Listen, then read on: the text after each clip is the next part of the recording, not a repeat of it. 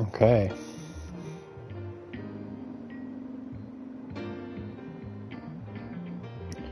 We are going to give it a second to make sure that I'm actually live. Okay, looks like I am. Bing bong. Welcome back. Part 7. Pacers rebuild. It is October 26th is the current day. 1986, so the 86-87 season. Our Pacers are defending champions. Last episode, we did our classic move, signing a bunch of dudes in free agency, flipping them for draft assets. These are players that any other team in the league could have signed, but they didn't. Maybe they didn't have the cap space. Maybe, I don't know what it was, but we had the cap space to sign them. The minimum deals, it's not really cap space, I guess. We just offered the minimum deals and flipped them in free agency. Or not free agency. Flipped them for draft assets. So we're looking pretty good right now. Our future draft picks, we got 3 firsts in this upcoming draft. 4 first round picks next year. 4 first round picks the year after that. 5 first round picks the year after that, 1990. 3 first round picks in 1991, as well as a modest collection of 5 seconds. So we're looking all right. You know, we are at the moment in a good position to contend right now, because this is our roster: Michael Jordan, Hakeem Olajuwon, John Stockton, Charles Barkley, along with Dale Ellis, rookies Chuck Person, rookie last year Terry Porter, Colin Wood, our big man off the bench who is a dog, rookie Arvydas Sabonis, and the number 1 overall pick, who we had to give up quite a bit for actually, which is kind of strange, Drazen Petrovic. Dante Richardson was our 1984 second round pick. He has served us well, but he is going to be an unrestricted free agent after this season. And our policy, our Pacers team policy is we do not let players enter unrestricted free agency. Either you sign an extension or you're going to get traded. Dante Richardson, I don't even believe is even eligible for a contract extension because we only signed him on a 1-year deal. But truthfully, with Dale Ellis on the team, especially with the additions of Chuck Person in this year's draft, Dante Richardson, a 6'8" small forward, has, for all intents and purposes, pretty much fallen out of the rotation. Currently on the coach game plan, he is 11th in the depth chart and is not even actually going to be getting any minutes. Which is something I am truthfully okay with. Dante Richardson was great for his rookie year. He was okay for last year as we were contending and actually did win the championship. But now the team has simply just moved on. We've moved past what he is able to contribute to our team. Because he was signed in proper free agency over the summer instead of brought in once the season started on a minimum deal. We are not actually able to trade him until December 21, which is still a whiles away, so we'll hold on to him till then, and as soon as we're able to, we'll flip him for truthfully whatever we can. I'm not super optimistic that we're going to be able to get anything crazy for him. Wow, things have definitely shifted here since we last looked at this. The prospects that are happening right now, the prospects in this upcoming draft, I guess we're looking at prospect scouting, which isn't necessarily where these guys would fall in a mock draft, or if the draft ends today, but just how high up they are on our board. Here's what I'm thinking for this draft. Of course, we are the Indiana Pacers. we are going to definitely try to get Reggie Miller. I think he'd be a really good fit with this team as another floor spacer. I don't know how he would fit along Drazen Petrovic, but we will figure it out. We'll make it work, even if we have to move on from Drazen. Even though we paid a bunch for him, I don't know. It doesn't hurt to have a bunch of floor spacers playing alongside Mike, Olajuwon, and Barkley. But Scottie Pippen, of course, fantastic two-way small forward in this draft. Famously, Michael Jordan and Scottie Pippen get along quite well on the court.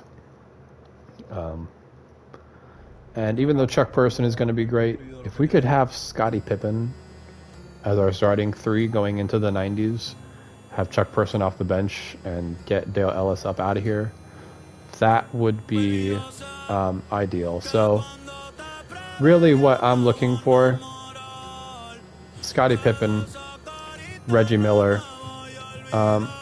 Beyond that, I don't know that there's anyone that I am super high on in this draft. I mean, obviously, David Robinson, legendary center, one-time MVP in real life.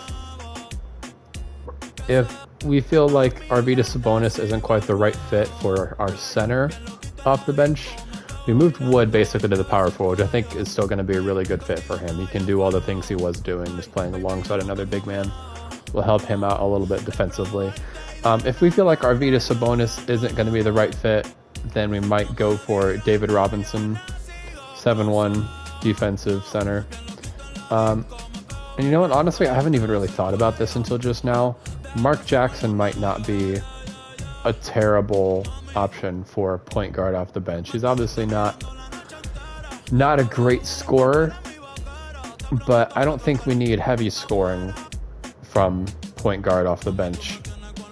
We need someone who's going to be a high playmaking, high perimeter defense, high basketball IQ, which isn't quite fully Mark Jackson here. I don't know.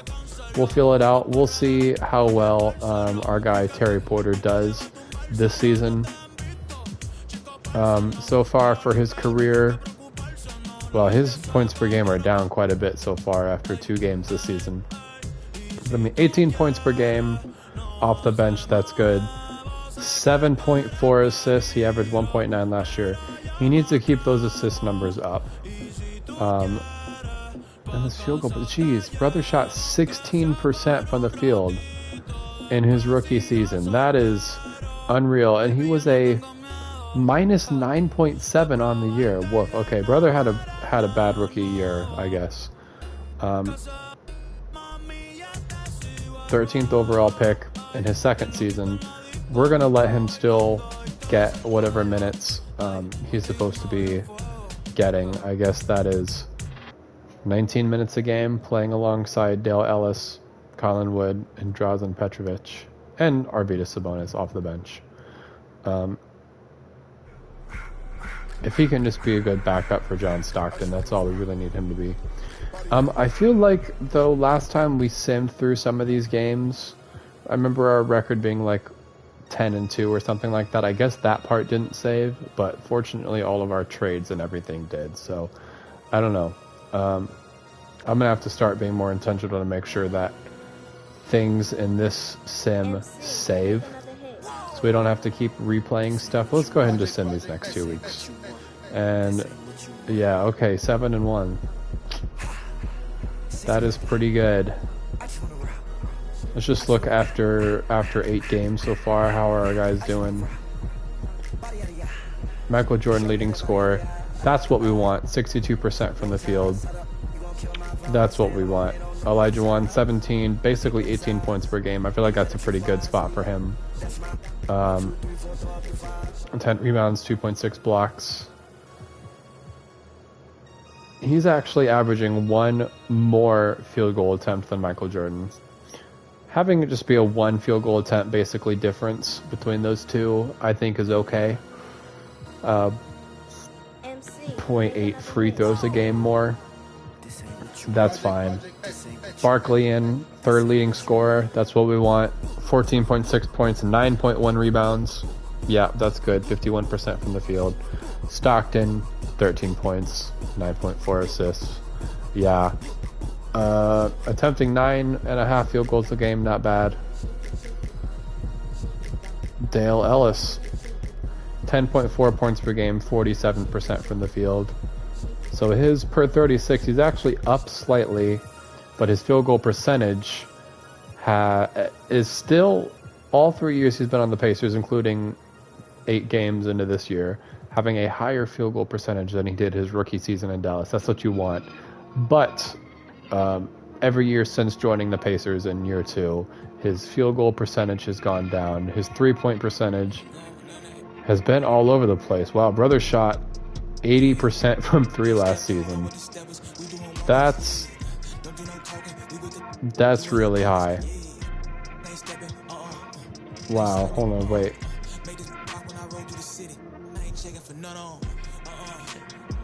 Okay, so he only attempted 5 3-pointers. Okay, so here's the thing with Dale Ellis, which is why I think we should eventually replace him. He has a 95 3-point shot, and he attempted 8 3-pointers last season.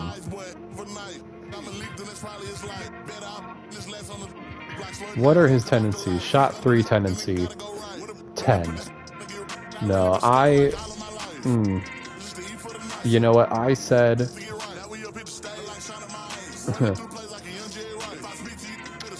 I always said that I was never going to adjust tendencies of players. But I'm going to do this for Dale Ellis.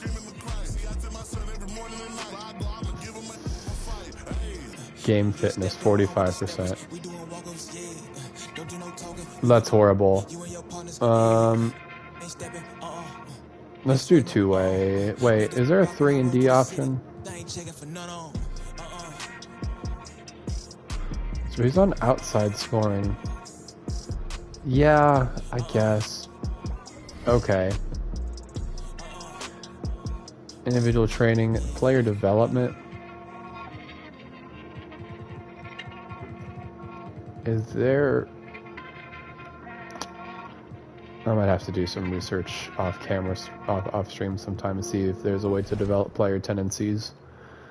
So that's the thing, is like he has a super high 3-point rating, but he is so hesitant to take them. Now, it is 1986 currently, so that's, you know, that's to be expected, but I don't know. It's just, I feel like we're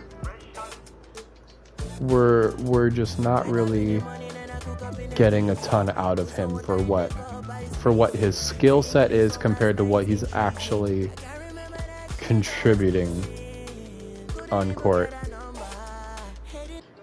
We're just there's a discrepancy there. So I don't know.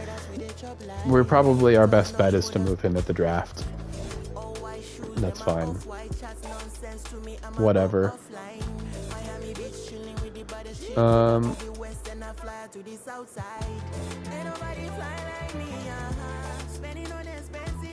Whatever. Let's sim another 2 weeks. Let's see how things are going. We beat the Sixers and the Celtics, but lost to the Cavs. Who is on Cleveland?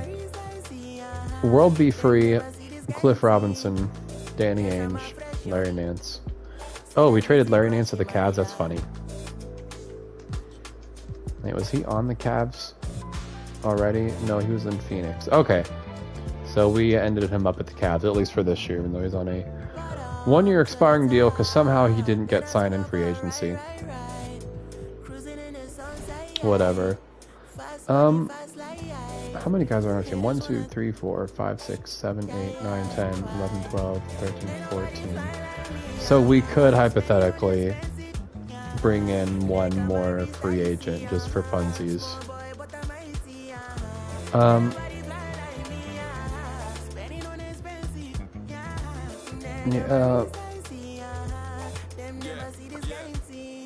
You know, Bob McAdoo might not actually be terrible. He's played 14 years in the NBA. He would be a good veteran locker room presence, which is what I'm thinking about.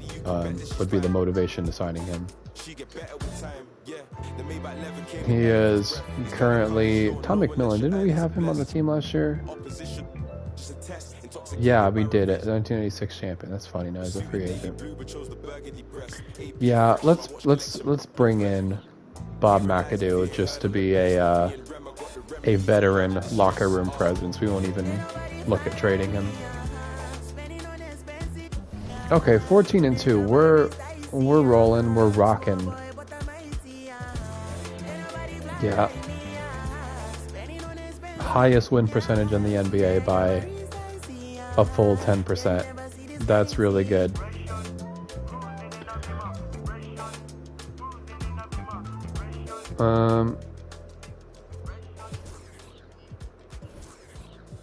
Did Bob McAdoo?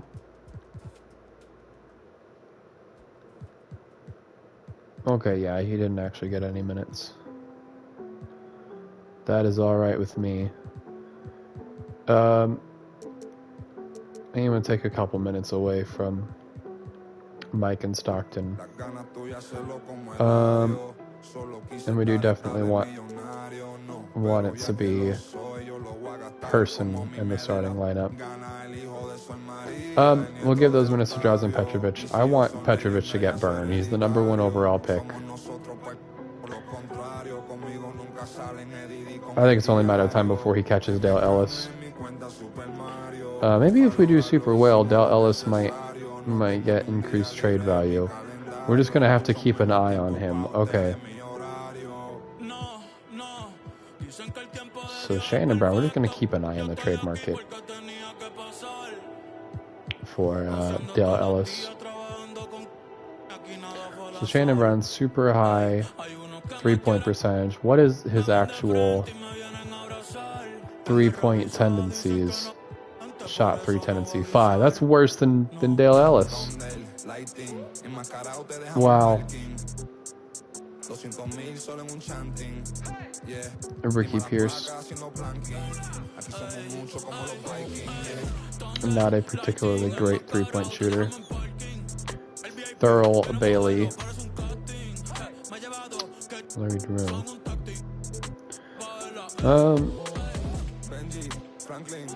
Ron Harper. Yeah. Huh. Can move Dale Ellis for Del Curry. That's a 3-point shooter.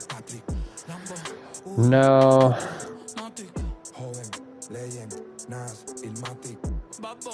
Yeah. There's no one that is going to be better than Dale Ellis. I don't want to trade him just for the, just for the heck of trading him. I would only want to trade him because we would be getting a better player in return. But very high chance that what we're going to end up doing is just moving him at the draft, probably to trade up to the #1 pick. So attaching him to draft assets in order to move up and draft Scottie Pippen. And you know what? I bet you Reggie Miller's going to go like #2 or something crazy. I don't know if 2K is listening or what, but like literally, we had been saying all last season, Drazen Petrovic was the player we wanted to get. Drazen Petrovic and Chuck Person. But we felt that Drazen would be the most like easily gettable. In the sense of like, so I gotta lock in here. Thomas on Elijah, that's a bucket. So I felt like Drazen would be the most easily gettable because he would probably be late teens, early 20s. Ended up going #1 overall. I don't know if it's that the Sonics knew that I wanted him, and they also knew that I had the draft assets and the willingness to trade for him. I'm like, you know what we're gonna do? We're gonna draft Drazen Petrovic just so we can screw the Pacers out of some first-round picks. That'd be really funny if that's what happened. I don't know. I don't know if other teams around the league are starting to get jealous that we have as stacked of a team as we do and all of their draft picks. But everything that we're doing is totally replicatable by any team in the league. They're not doing it. They're not being aggressive. I think a lot of teams are scared to they're scared to give up a good player in exchange for a draft pick.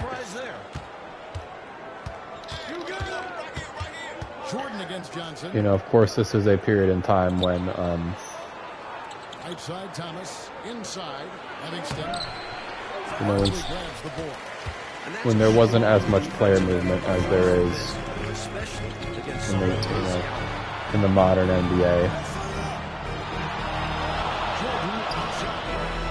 That's not World B3, is it?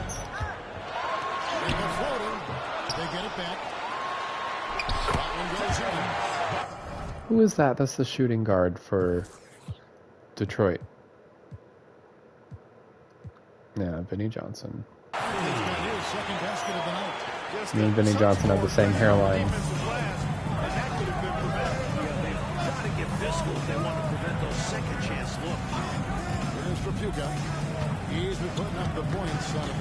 You know what? I wonder if we could land Isaiah, because he's still young enough. We should do it. We should try to trade for, at least call up Detroit and negotiate a little bit for Isaiah Thomas and see just what it would cost to get him. Because I feel like he would be a pretty good upgrade over John Stockton. I mean,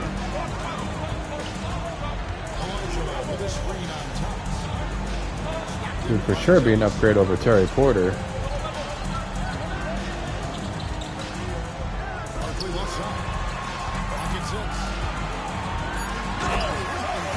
Man, I don't know who Detroit has in at power forward here. They're not doing a great job. Now here's Johnson. This game out at 14. Nice ball moved by Detroit. The reasoning to get Isaiah would be, I think he would be a better fit on this team than John Stockton.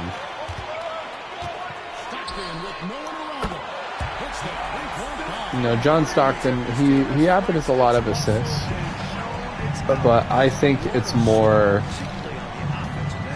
I don't know.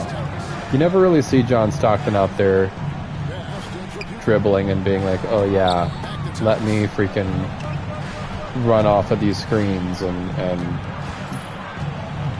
you know. The NBA YouTuber Rusty Bucket says that playmaking and scoring are undeniably linked. Because if you're just not at all a threat to score the ball, your playmaking is greatly inhibited. And I think that's what I'm always trying to say about Stockton, but I haven't been able to verbalize it the right way. So I'm going to steal the way that Rusty Buckets says it. Stockton is not a scoring threat. He could be, but he's not. He's a fine enough shooter, but he doesn't. He wants to just get assists all the time. And I think that puts the ceiling on what he's able to accomplish as a player. He could have been much more of a greater player if he wasn't always just trying to spam assists all the time.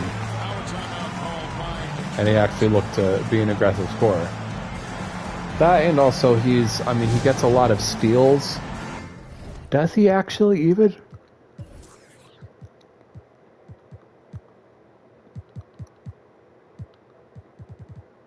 .4 steals per game, I guess. Sabonis, he's checked in for Bart, and Porter subbed in for Jordan. It's like, yeah, he gets some steals, but like, he's not locking anybody up. So the point to get Isaiah would be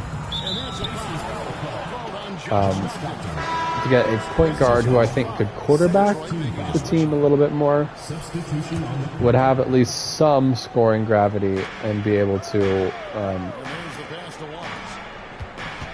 you know, create some space that way, as well as still being a great, you know, passer and all that. Wow.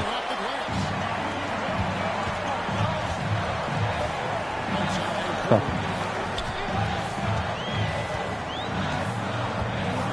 Isaiah would be a great scorer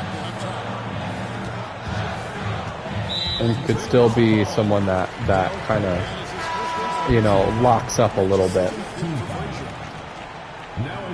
on the perimeter.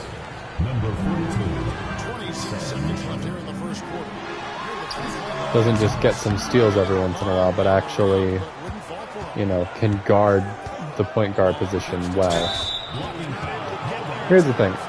I would never give up a whole bunch of assets to move up marginally. At this point in time, the difference between Zeke and Stockton, maybe not fully like as small as being marginal, but like I wouldn't want to give up a crazy amount of assets for it.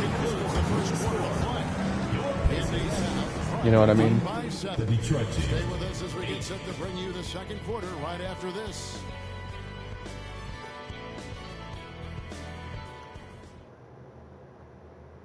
So we would have to be smart with it. We'd have to know what our limit is. You know, I would be happy to give up Terry Porter to Zeke, Terry Porter, and maybe some draft picks if we could keep Stockton off the bench. You know, a straight swap of Stockton for IT would not be ideal. I don't know. Maybe if we could get Terry Porter and maybe get some, you know, get another one of these, you know, mid-level role players in free agency. I don't know. We already signed McAdoo in our 15th spot, so we would have to. We'd have to either include McAdoo or cut somebody, which I don't know that I would want to do that. All right, Sabonis.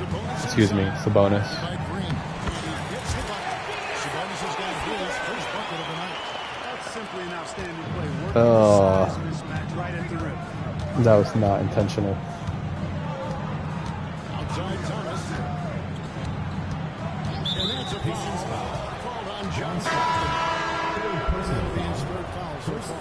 The Pacers making a change. Substitution. Person's checked in. And Detroit with a change here, too. Frazier, he's checked in for Green. That's in. And the Pacer lead is cut down now to just 5 on the bucket from Long. And so Stockton will bring it up for the Indiana Pacers. Their last game, won against Boston, looking to carry it into this one. Shot selection was the key for horrible. last game, in my opinion. We'll see if they can control discipline going forward.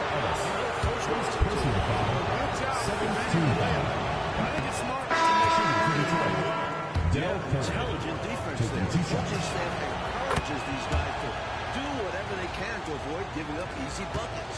Olajuwon's checked in for Indiana. Now here's Porter. Scoreless thus far. Man, Coach Wang will do anything but play Drazen Petrovic. Sabonis inside. That one falls. His second basket. Man, maybe the Pistons would be interested in McAdoo because they're just lacking size on the interior.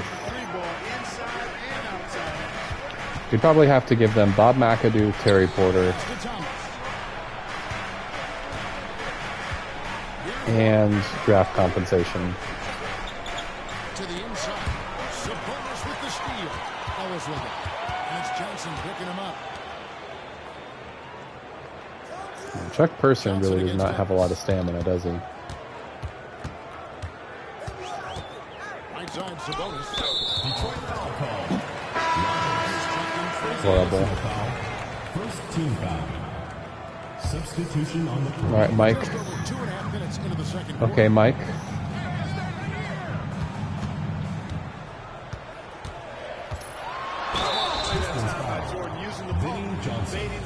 First personal foul for second team foul. We're At the line already, making a moment. okay. We're gonna be aggressive with getting Mike to the basket. Pistons trail by 7. Feeds to Johnson. Johnson goes straight to the bucket. That's horrible. Johnson's got his first points in this one. Jordan against Johnson. I'm calling ISO. Left side, Jordan. Over Johnson. Outside for Jordan. That's horrible defense. Jordan's got 5 points so far. Jordan getting Straight back out to him. shot, no hesitation, supreme confidence shooting off the pass.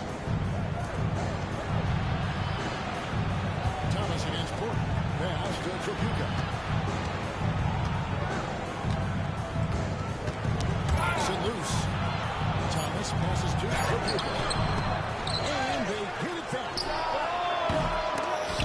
And their shot is off. All right. Jordan deciding where to go with it.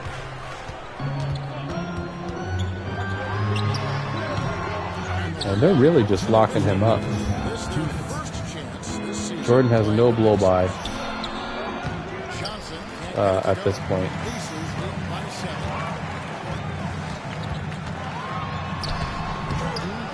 Oh, that was meant to be a pump fake. Sorry, lads. The wife just texted me. All right. Thomas is up. Jordan's shot is off. Rhodes, the ice roll to the offensive end. Something has to change. Great positioning in the footman. Excellent positioning from Livingston.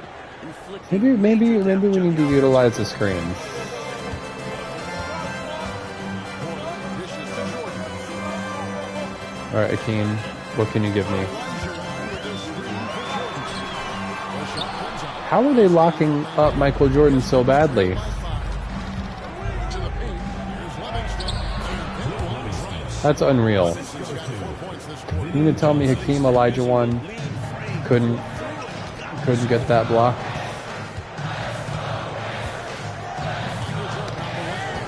What on earth? How is Vinnie Johnson doing such a number on Michael Jordan? I'm not sure what the issue is, but his team is doing everything And why is it so hard to get Mike in the air like that? Tremendous two-way basketball.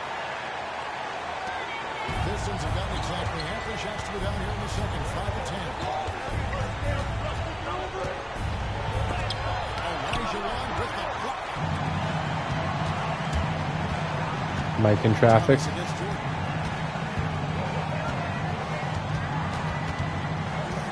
26 seconds left in the first half. Detroit with the rebound. Unreal. Ambier's got 6 rebounds in the game. And the Unreal. Okay. I'm starting to get annoyed. Okay, 23-point win. Jordan 5 of 14. Yeah. Did Petrovic play at all? 5 minutes, 1 of 3. Horrible. I want Petrovic to play more minutes. We're gonna do this number right here. We're gonna lose some minutes from Dale Ellis and give them to Petrovic. All right. So Isaiah Thomas, they're not even entertaining trading him. Let's do this. Terry Porter.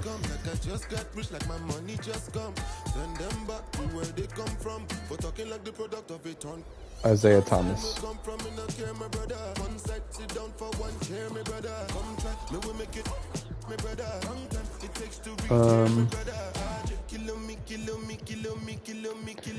Let's attach Bob McAdoo. It's only 1.5 stars. Yeah, okay.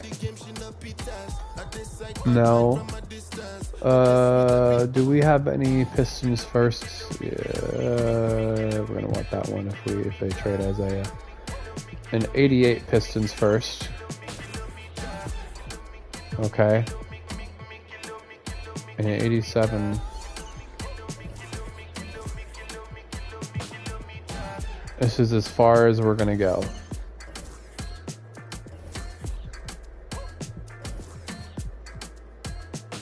Terry Porter, Bob McAdoo.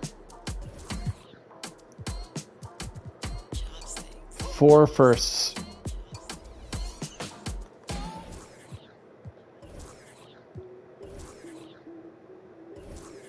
Yeah, okay, so they're not gonna be willing to give up Isaiah, which is fair. That's the right call for them to make, you know. Michael Jordan player of the week one time. Yeah.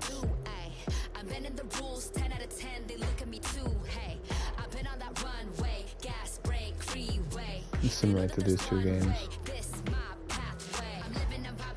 No, I don't want that trade.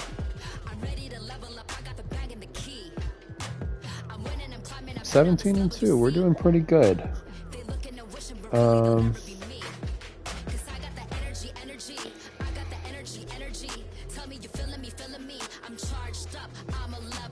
sorry, I had to text the wife.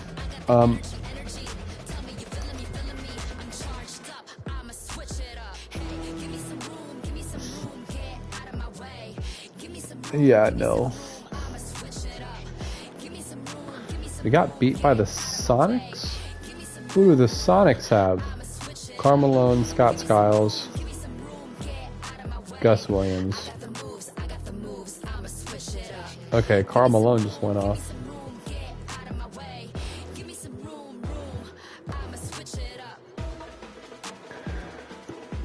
Okay.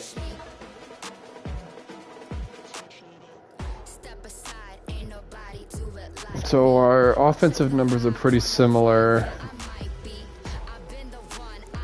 They had 2 more points in the paint. They had 12 second chance points when they had 6. Bench points were the exact same. Assists were the exact same. They out-rebounded us by 2. 1 more steal, fewer blocks, 2 fewer turnovers, 4 fewer fouls. Yeah, I don't know. Pretty close. I mean, it was only a 3-point game, so that's about right, I guess.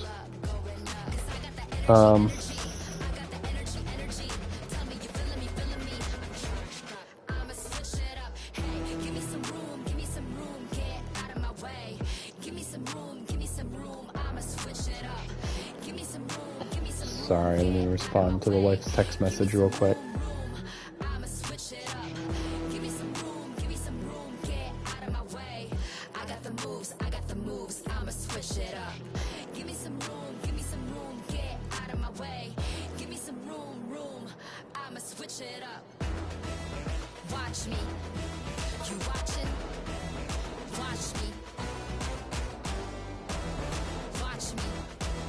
Okay.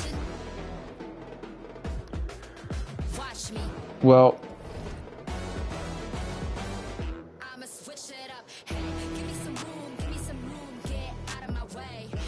I honestly, you know, you're gonna lose some games sometimes.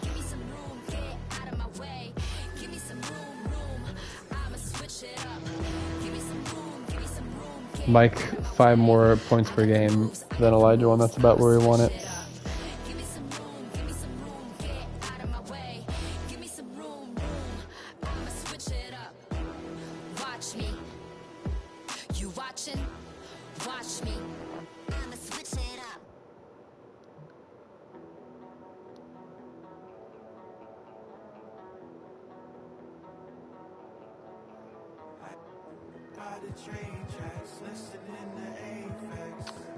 So Jordan averaging, what was it? 23 points per game on 63% from the field is really good.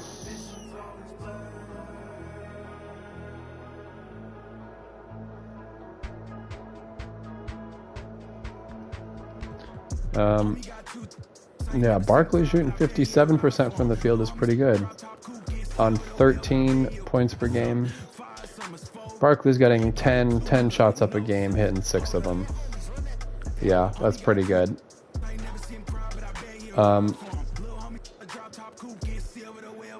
Yeah, okay, let's look at how we compare to other teams in the league. So, of course, we have the higher win percentage. 4th highest points per game, so we're not even the highest scoring team. We're just doing better. Points allowed per game. We have the best defense in the NBA by quite a large margin as a metric of points allowed per game.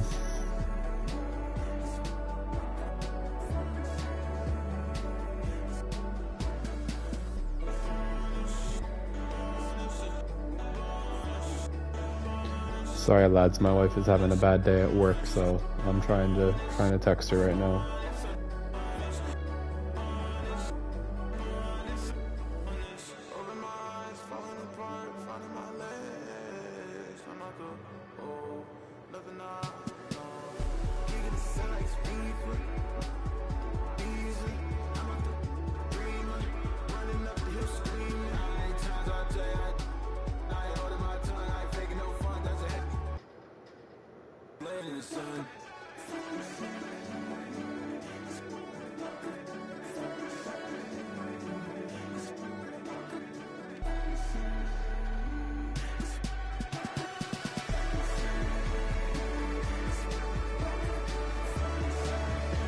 So, yeah, fewest points allowed per game in the league by about 8 points per game. That's really good. Point differential, really high. Nearly 4 whole points per game better than the second place. 3rd highest field goal percentage. 5th highest 3-point percentage. And we lead the league in 3-pointers attempted by 0.7 per game, so that's pretty good. Free throw percentage, something we've historically been bad at, 12th, so we're average.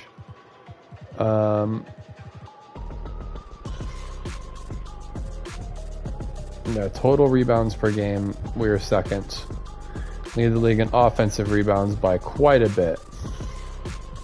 And 6th in defensive rebounds. I can live with 6 defensive rebounds a game. 18.4 offensive rebounds a game, with the 2nd place being tied at 17.1. That's really good. I think that's being a big difference maker for us, that we're getting a lot of second chance points. Leading the league in assists per game by quite a large margin.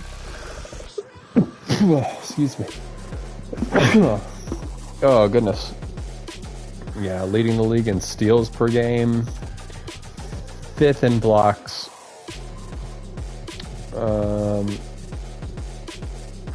17th towards the bottom, in the lower half of turnovers per game. And as far as points in the paint, we were actually on the bottom half, about middle, but bottom half. Bench scoring, we're actually 3rd in bench scoring. I think that's because we balanced out our minutes better. But yeah.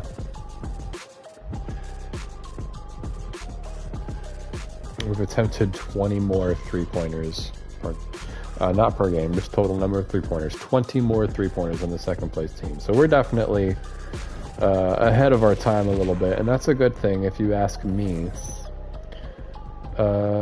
Jazz are 9th. Okay, yeah, we don't need to play them. I think last year the Jazz were good, so I wanted to... Yeah. 26-point win. Yeah, we're doing alright.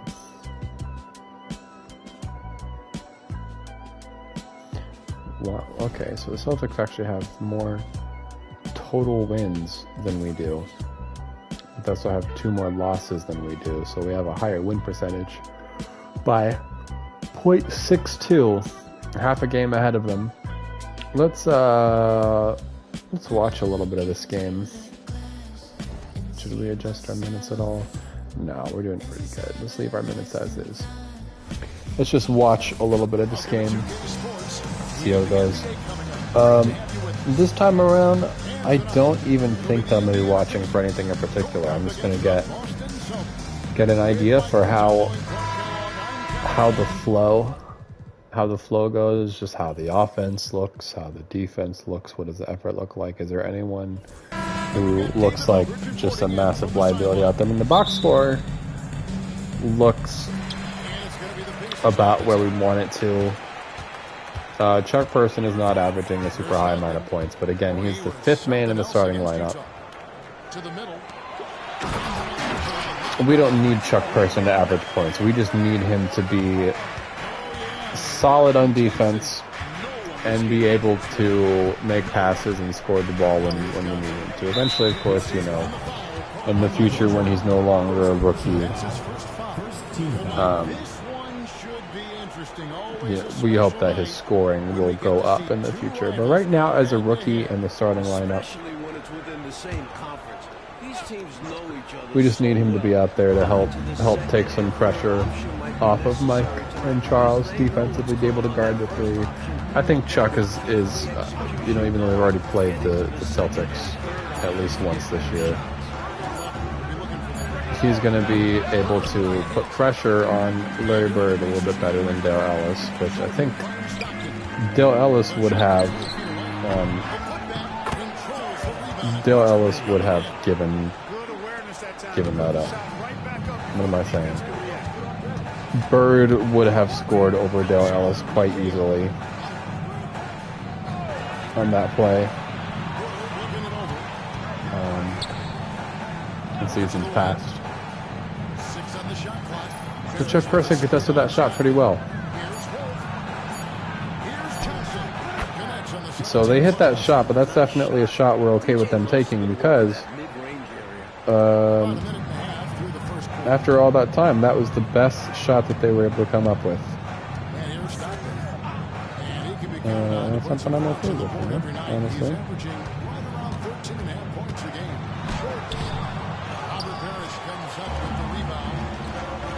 If every once in a while the Celtics take a really tough shot and they make it, but like they had to work for it and it really wasn't that good of a shot, I'm okay with that, you know?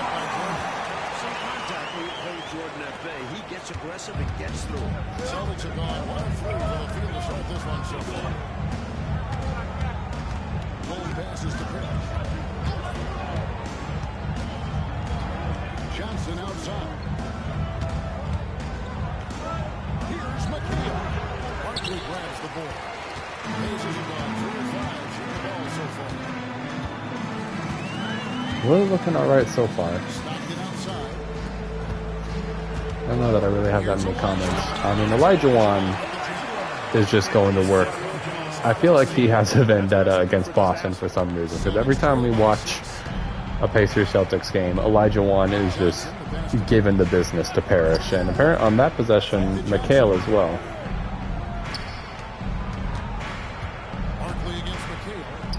You know, with this being the 87 season, we need to have big men that can get on the work. You see how much faster Chuck Person was on that break than Dale Ellis would have been. That's why we traded up to get Person and put him in the starting lineup, even though Dale Ellis is technically like 1 or 2 overall better. Chuck Person is just the better fit. I loved the speed of that fast break, that it was actually a fast break and not just dribbling up the floor and then running a half-court set. Uh-oh. Who was that? Was that Chuck Person? I think he's okay. Nope, they called a timeout. What just happened? Chuck Person sprained his wrist or something?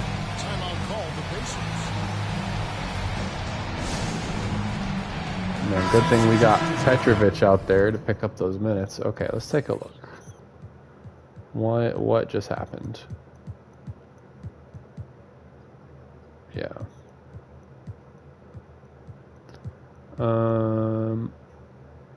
Unknown right shoulder injury. So he's probably be out a week or two. Yeah, we'll just put Ellison for person, just like I said.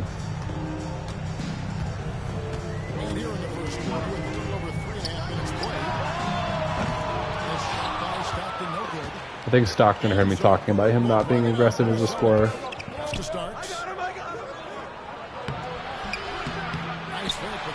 I'm always going to be okay with John Stockton taking a pull-up three off of his screen if it's wide open like that. That's the kind of shot I want him to take.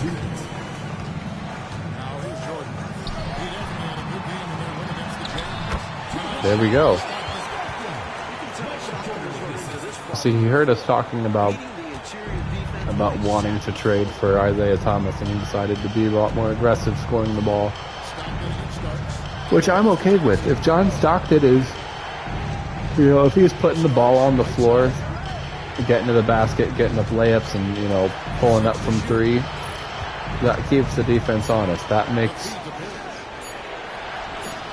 makes everybody's life easier on the offensive end, because no one's going to be leaving John Stockton to go double team somebody else. Easy bucket.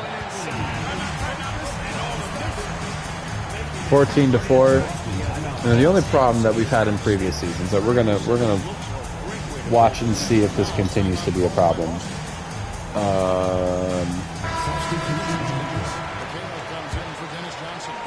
The problem has been there is a significant fall off between the starting lineup and the bench, and I think with the addition of Chuck Person bringing Dale Ellis off the bench,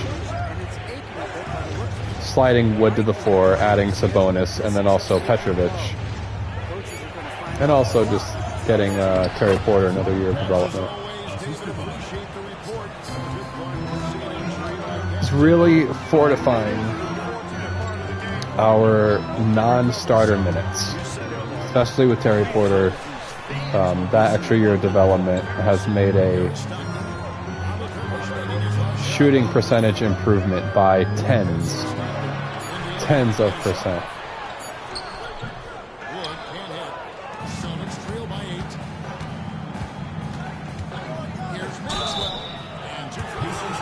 Yeah, I'm okay with that foul.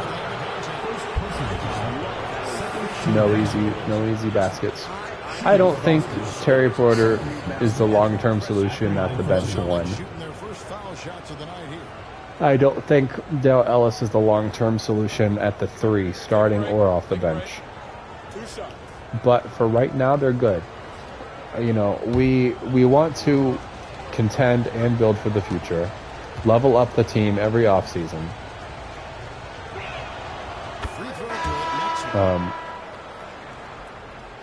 And we did level up. We added Person, we added Sabonis. That's depth at the 3 and the 5, obviously. Really, we added depth at the 4 by taking our bench 5, Wood, letting him play the 4 along with a big man. So he gets them both. Yeah, I want to see what these Petrovic minutes look like. He is a great scorer. We might have to go add some plays for Petrovic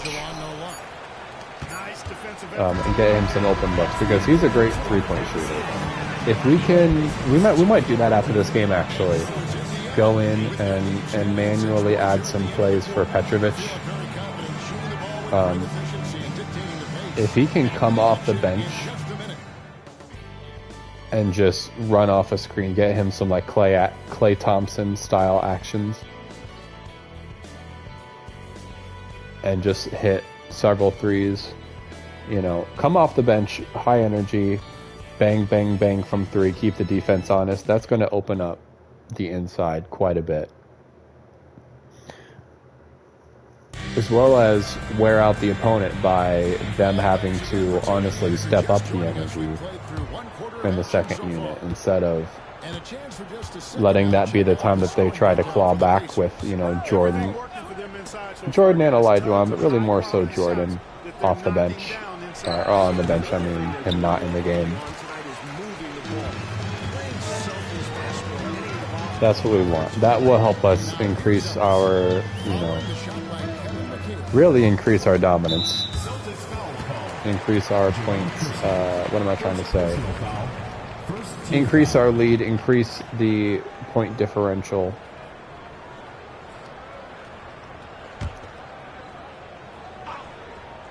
I don't want Chuck Person to be hurt very long, honestly. He's a great fit. But I'm not going to be mad if it means that Petrovic is getting some extra minutes. Off there. He misses his first shot of the night.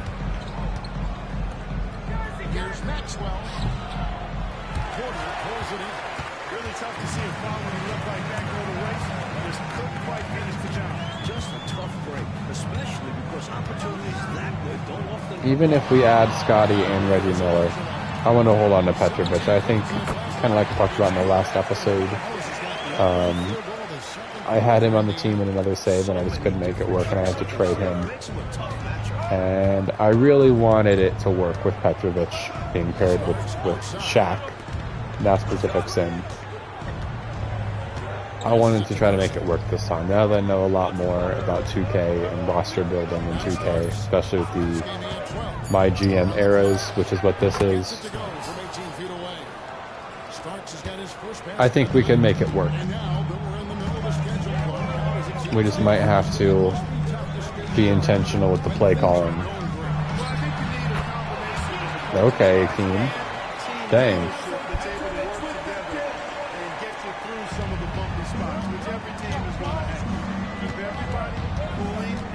I'm not in love with Terry Porter as point guard off the bench.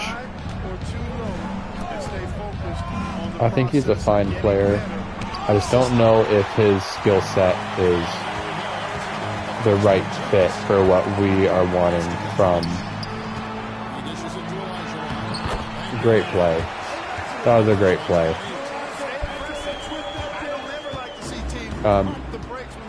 I don't know if Terry Porter is the right fit for what we want that bench point guard to do and to contribute. Last year it worked well, and his shooting percentage is really bad, so it's not even like it really worked that well. But last year, on paper, it would have worked a little bit better because our bench was so not fleshed out. But now we have some scoring options off the bench. Unlike last year, we need a point guard who's really going to be a point, and not just someone who can pass okay, score the ball okay. We want someone who's really going to quarterback the second unit. So I don't know. I want to watch Mike a little bit, see how he does. I think they have Mike in at the 3 here, with Stockton and Porter both in.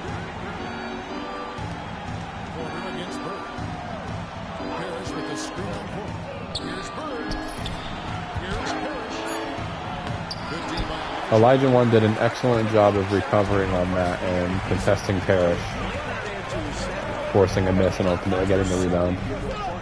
Okay, so Chuck Person is back in. Hold on. Why is Chuck Person in the game right now? Where is he? Right shoulder day to day. Alright, so he's going to be... He might sit out the next game. He's going to finish this game, it looks like.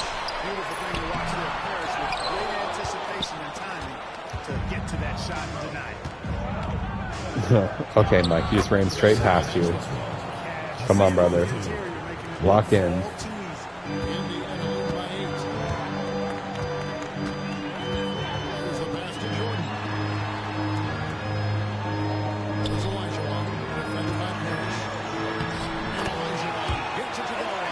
Alright. I've seen enough. Let's go ahead and send to the end of this one. Alright. 8-point win. Elijah Wan with 28. Jordan with an efficient 20. Stockton 6-15, an inefficient 17 with 15 assists, 3 turnovers. Wow. Charles Barkley 14-12, 7-11 from the field. Great game from Charles, even though he was the 4th leading scorer. Terry Porter off the bench 4-5, 2 rebounds, 3 assists. Dale Ellis 4 of 6 from the field, 9 points. That was literally the only score. So Petrovic played 4 minutes, did not attempt a single shot. All right. Sure.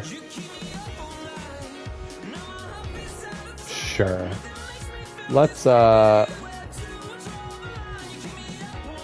Person is feeling sluggish. As a rookie, that's fair. Let's see what we can get for Terry Porter. Let's see what other point guards are out there. I'm okay with including Bob McAdoo. Malcolm Murphy the third. I probably don't want to go with anyone that is any older than 24.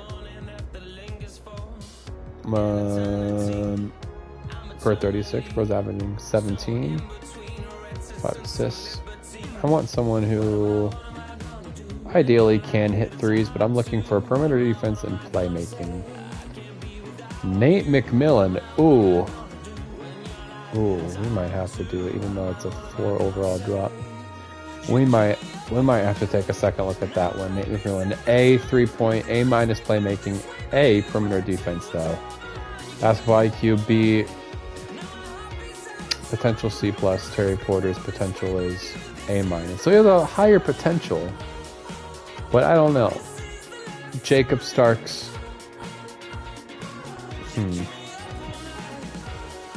A inside scoring, terrible. Yeah, that's not what we're looking for.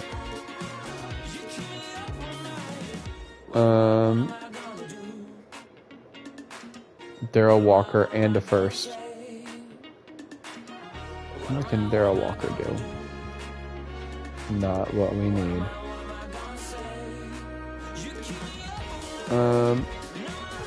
And Dale Ellis. No, I don't want to trade Dale Ellis yet. Bob McAdoo for Ron Harper. And T.R. Dunn. So 2 solid point guards. But T.R. Dunn's old, so we'd have to flip him. Ron Harper, average score, good perimeter defense, below average playmaking, solid player, not what we're looking for.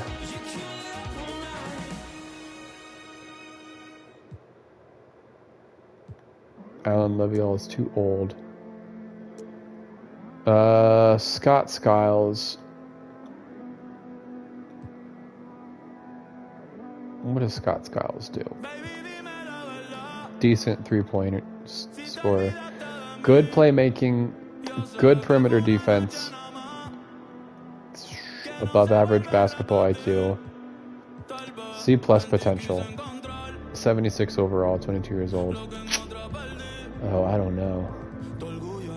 Let's see what happens when we attach. Well, you know what, actually. Let's just go ahead and sim this week. Well, Mavericks. How are the Mavericks doing this year? We might have to watch this Mavericks game. Mavericks are number 2 seed in the West, 15-9. That would put them in 3rd place. All right, yeah, I think we have to watch this Mavericks game. So it's just rotation manually. So we're gonna sit Chuck Person. We're gonna slide Dale Ellis. No, we're not. We're going to slide Drazen Petrovic into the starting lineup. Give him 26 minutes. Person out of the rotation. Add Dante Richardson. Give him 12 minutes a game. We're going to see how Petrovic does against Dallas. Who is a starting small? Ooh. Okay, so he's literally healed. Okay, let's go back. No, we're starting Person.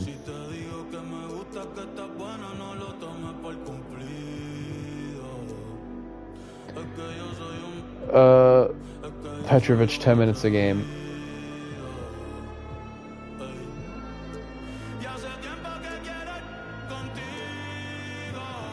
Yeah.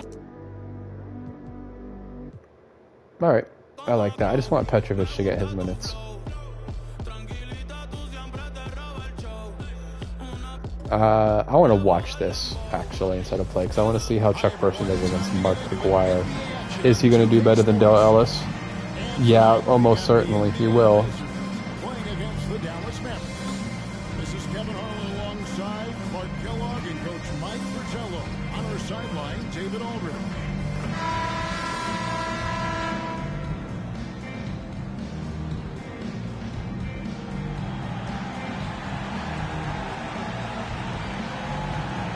Let's see what we can manage.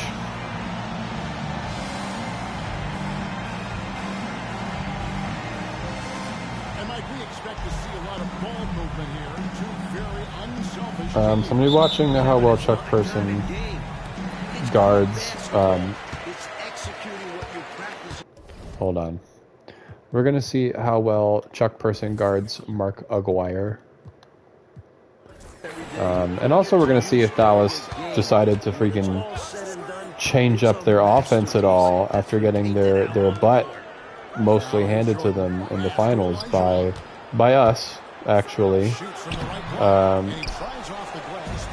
Not a small part of that being their just absolute inability to have any kind of offense besides Mark Aguirre post-ups.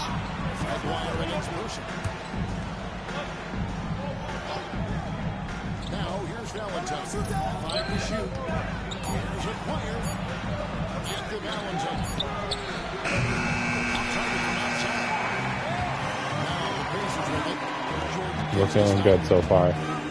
Scoreless game. Let Elijah One go to work with the mismatch in the post, but they fouled him. That's a good play by Dallas. He's getting his first free throw attempt of the night right now. Fortunately, Elijah One is not an amazing free throw shooter, obviously, because he just missed one, but Elijah One is competent enough. Certainly not a bad enough free throw shooter that you're going to have a hack of Hakeem's.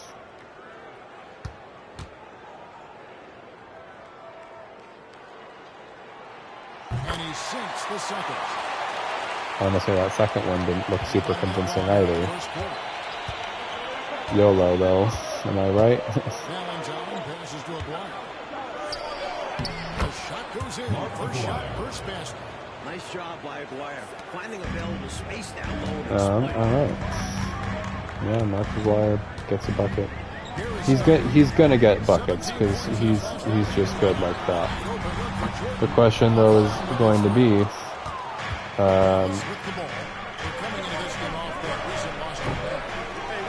don't even know what the question is, to be honest with you.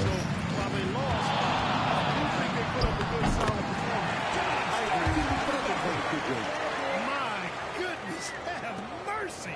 We're breaking ankles like there's no tomorrow. To the inside. Here's Elijah One with the block. Elijah One with back-to-back blocks. That's great defense. See, that kind of play we need to run that kind of play for Drazen Petrovic. Don't love this offense we're seeing, but always going to be comfortable with Jordan forcing up a shot, especially with Barkley and Elijah One down low. Jordan inside. Hopefully all of these ISO touches that Jordan gets in games improves his ability to ISO. It looks like it has, because he's already looking like his bag is a little bit deeper than it was last year. Now Valentine is coming off a 16-point game against Atlanta. And also, how about the passing display we saw from him? He was just outstanding at finding ways to show. That was kind of a good look, but Jordan did a great job of closing out to prevent it from actually being a good look. Inside the mic, dunks it on him. Bucket. Yeah, I'm feeling good about the way that Jordan is playing. And we're approaching about 3.5 minutes played in the first quarter. Pass into Black. They can look. Good on the bucket. He has a particular set of skills, and they're very fun to watch. And so Stockton will bring it up for the Pacers. Their last game to win against Boston. Looking to carry it into this one. I thought they played some lockdown defense. Really took pride on that end of the floor. And in particular, I wish that Mike wouldn't go quite so far back when he runs off of those screens, so if he could catch and shoot a little bit.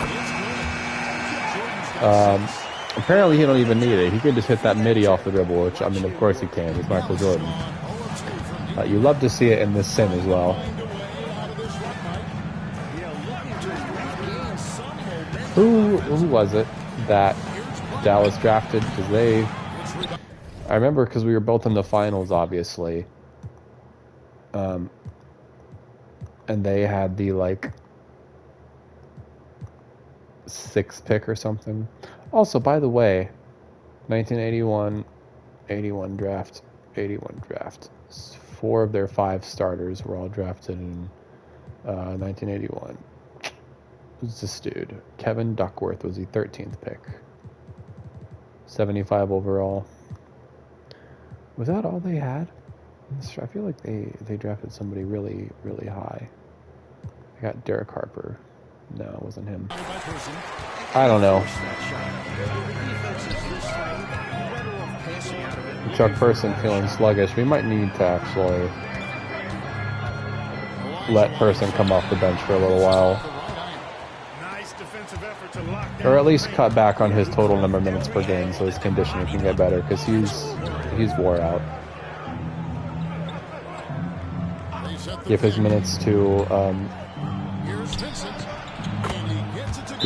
Dale Ellis? No. Give them to Drazen Petrovic. Yeah, I'm pretty comfortable, I think, for the most part. Still keeping Dale Ellis in the rotation until we bring in, hopefully, Scotty this offseason. But slowly kind of fading him back a little bit. Him getting fewer and fewer minutes and allowing Petrovic to get more minutes, because I want Petrovic to get burned. Not burned. Want him to get burned. Want him to get minutes.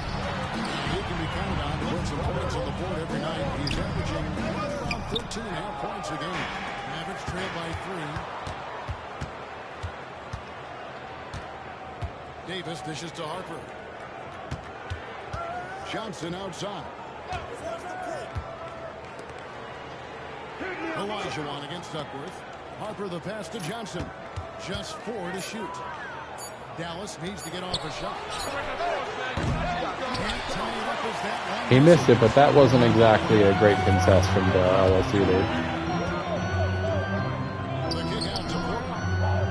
Okay, yeah, Stockton's starting to be a bit more of a playmaker. He just started slow his rookie year. Yeah, listen, if John Stockton demonstrates that he is being a good decision maker,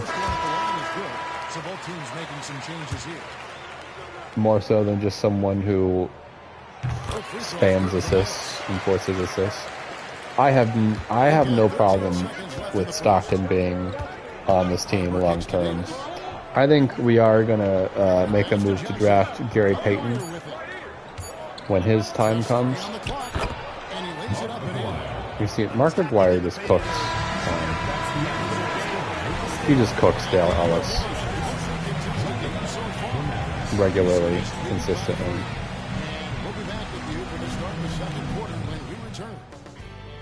That's why I want to start Person, because he's just a better.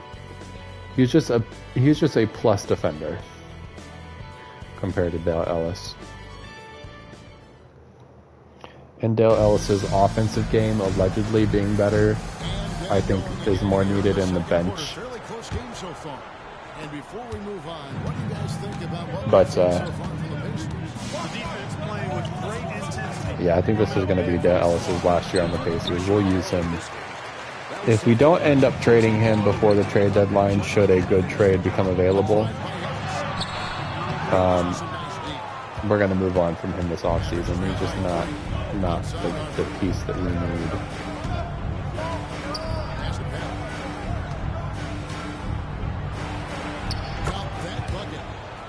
Got the first basket of the second quarter for the Mavs. Horrible. Indiana, and this matchup with Dallas. It's their first meeting of the season. Quarter pass to Wood. That's a 1-point game all of a sudden. See, it's the non-Jordan minutes that I'm a little anxious about. But I think we are overall better than last year. But so far in this game, not looking amazing. The pass to Blount. The dish to Duckworth. Dallas moving the ball around.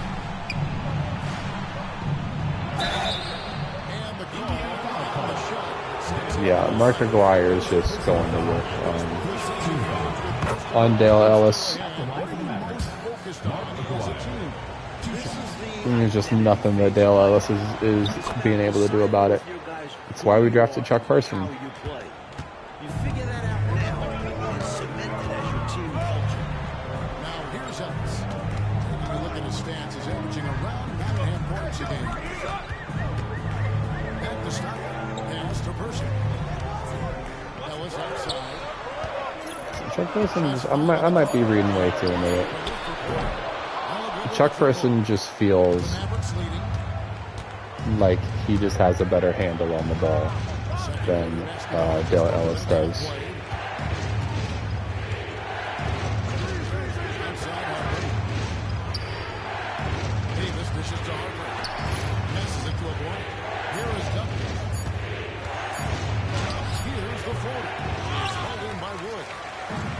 I love Wood. I love Colin Wood.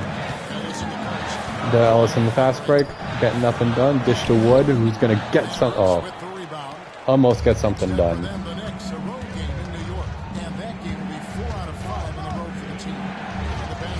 Colin Wood, for what we gave up for him,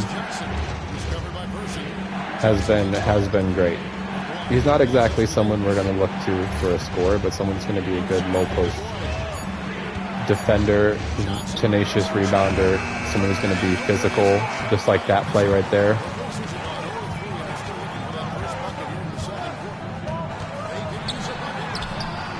He's good to have. Okay. Dale Ellis is selling. He is 0 of 2. Elijah Wan is 0 of 2. Wow. Colin Wood 0 of 2. Yeah, Jordan's the only one that's been able to get anything. Coach Wang putting him in.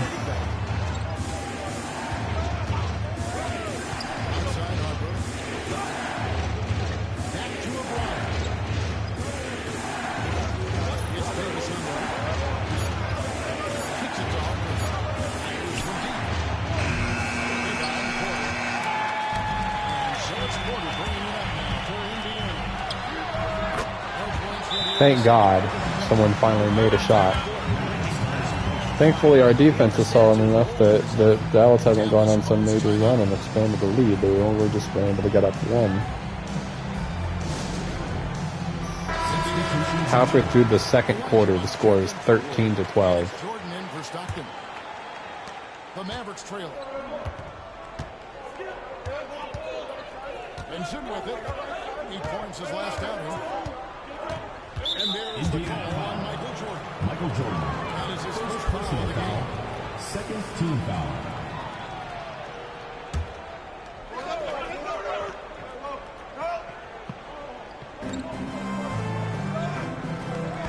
Here's Vincent.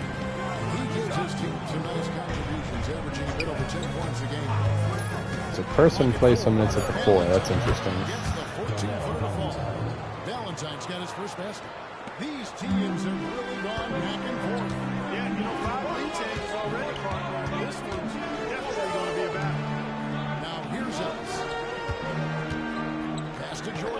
I was saying, Mike is on the floor. You better get him the ball. Back to Jordan. Over Blackman. Fuck it. Maybe not. It's rebounded by Dallas. I'm sure he's upset right now. He had a That should have been a rebound if Dale Ellis or Terry Porter knew how to be in the right spot. on the mid-range jump. There's a player. It's good. Now a three-point Maverick lead. Yeah, Dale Ellis's complete inability to slow down Mark Aguirre.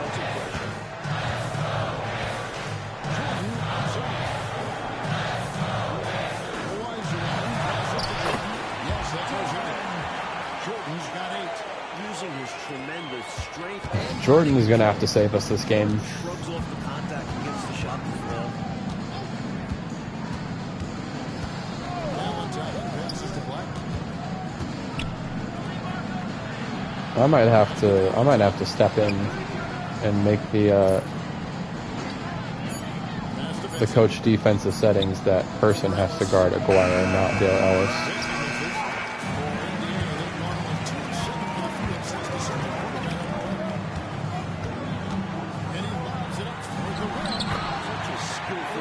I'm almost surprised he hit that the way he's been playing. 58 seconds left in the second quarter. Now here's Valentine. Guarded by Porter. Jordan sends it back. Huh. And here's Porter. He's averaging just around 8.5 points a game. Outside, Jordan. Puts one up. Good. Nice assist from Porter. 10 points for him. Michael Jordan is really saving our butt this game. There's not a shot out there that Jordan doesn't have in his arsenal. Now here's Valentine. Guarded by Porter. The pass to Cannon. Here's Blackman. Shot clock at 5. Here's Vincent. Jordan did not get a hand up on that play, but they missed it anyway. There we go. Finally getting him on the board. Hopefully he'll hit some shots now. There, what? Hold on. Who was that? Look at this man. No one tried to contest it. Unreal.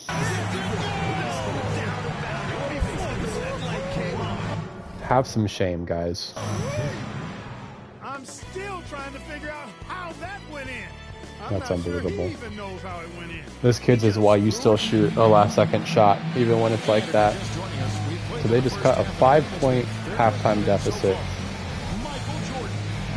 Hold on, when did Sabonis' number change? Wait a second. I'm gonna have to go take a look at that. Yeah, he really torched them in the first half. I'm sure a lot of their focus will be on slowing him down in the second. I'm not able to skip any of that. Okay. Let's simcast this for a little while. See how the rest of this game goes. Looks like the Pacers are able to build a bit of a lead. Yeah, okay. 18-point game, final box score, Jordan 26 points on 10 of 14, that's about right. Barkley 5 of 12, Elijah 1 ended up being 6 of 15, that's not great. Dale Ellis 4 of 6, but Mark Aguirre 6 of 15. I bet you all 6 of those were on Dale Ellis. All right.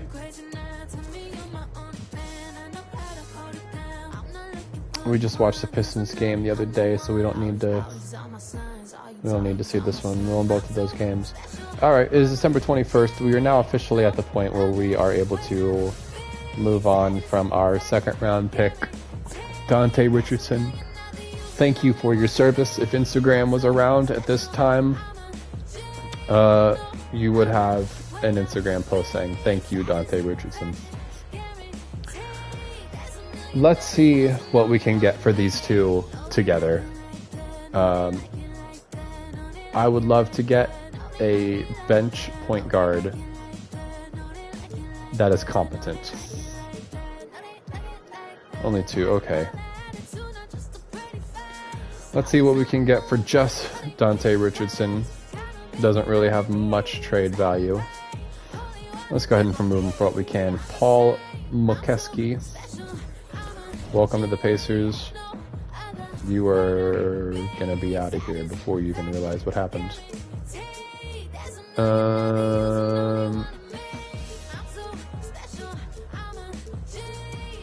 Yeah, we'll take the 76ers second round pick.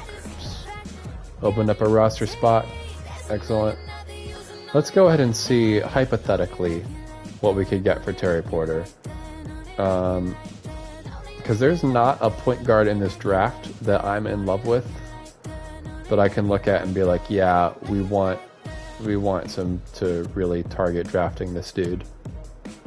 So we're just gonna have to see what we can get on the trade market for Terry Porter. Ennis Wheatley, higher overall, about the same age, 13th pick, 4-year veteran instead of 2-year veteran. That's great. Not a great score, above average playmaking, above average perimeter defense, fine athlete, above average basketball IQ, B potential.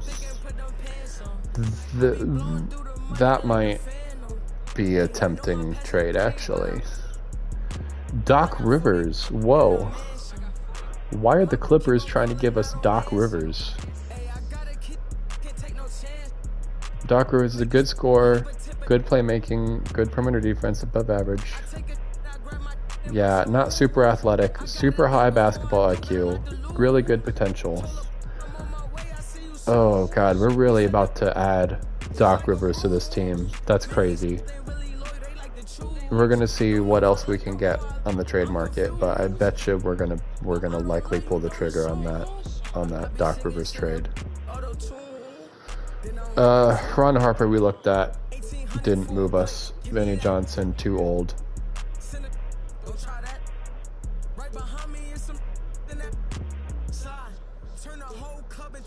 Yeah, okay, so that Doc Rivers one is interesting. That's really interesting. Let's throw in 2 second-round picks just for funsies to up the value and see what we could get.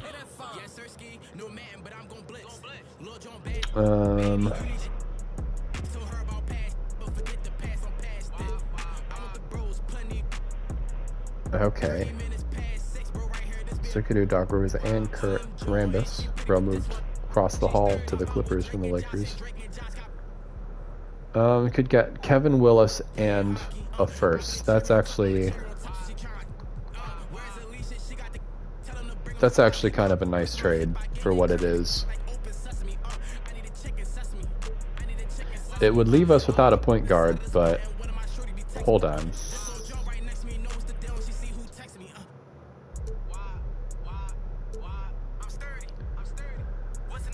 Oh, we could get Derek Harper and Kevin Duckworth. Derek Harper is a little bit old for what we want, but hold on. Oh, wow. Derek Harper might be exactly what we want. But do we want to give Terry Porter to the Mavericks? Oh, I don't know.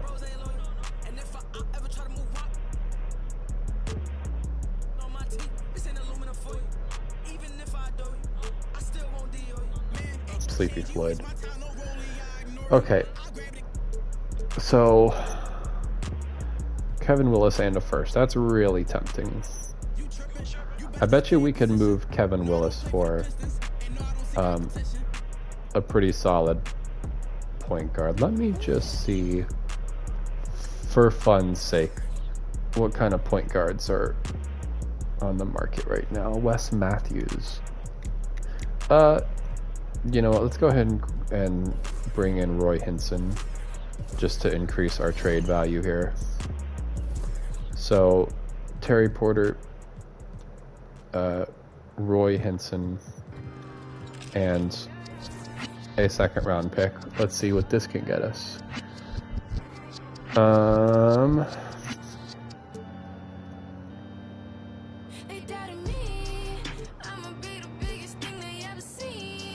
Yeah, Kevin Willis in the first.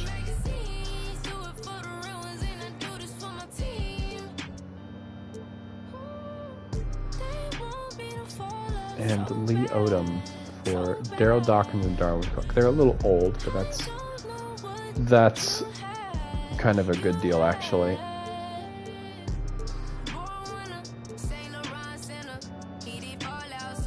I'm really tempted to do this one, actually, and just move Kevin Willis for a different point guard. I'm really tempted to do this move. You know what?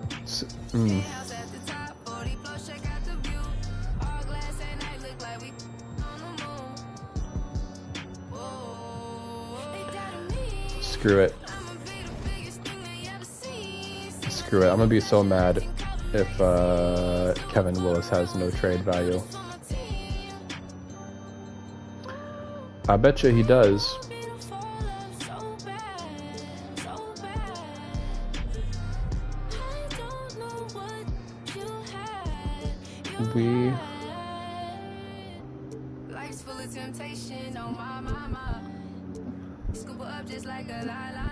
I might regret not taking that Doc Rivers one though.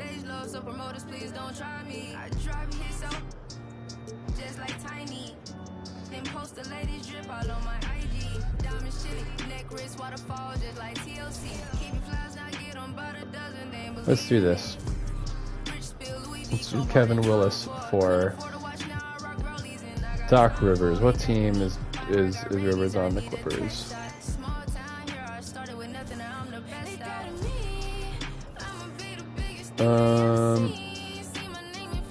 And a second.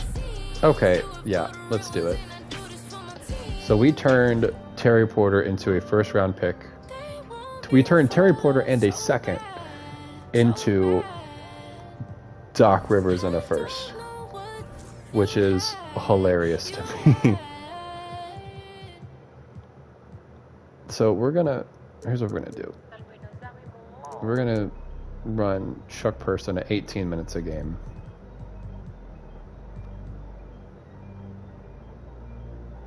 Keep Del Ellis off the bench. Now we have Doc Rivers.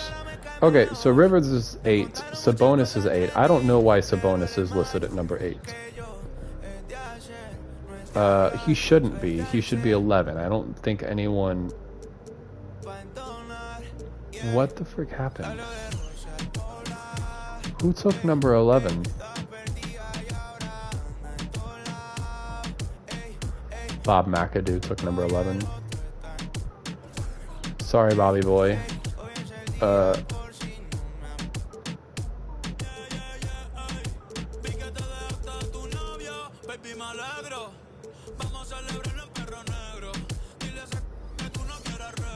You're gonna get random number 47.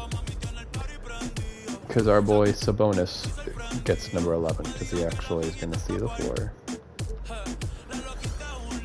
Okay, so we just added Doc Rivers. That's actually pretty nice.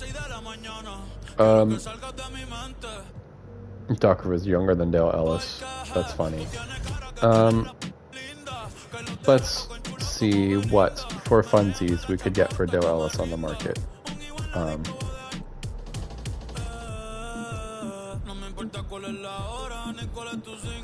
Like I said, we're likely gonna just move him at the trade deadline. I mean, not the trade deadline, at the draft. As part of moving up to acquire Scotty, hopefully, is the plan. But you know, we're gonna keep an eye on the market and see what the market value for him is. Rodney McRae, I don't know anything about him. 6'8", not a good three-point scorer, not a great scorer. Good defender, good rebounder, yeah, just not what we need. Let's do Dale Ellis and Bob McAdoo. You get Kevin Willis back, and a first for Kevin Willis, no thanks. Bill Cartwright, no thanks. Carl Dawkins, no thanks. Nope. Nope. Nope. Okay, yeah, so nothing good. Pretty sure we opened up another roster spot though. Let's go ahead and just sign Wayne Cooper and immediately trade him just for funsies, you know. Same overall as Arvydas Sabonis.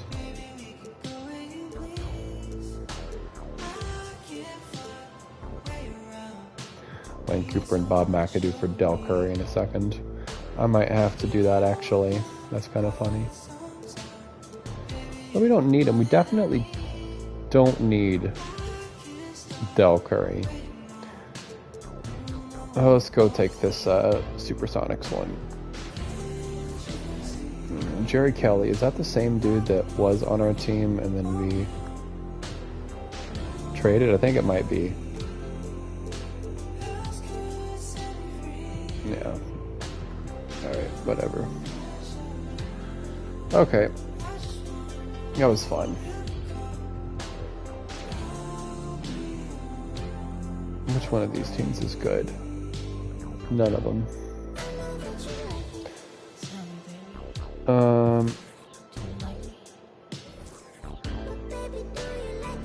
Yeah.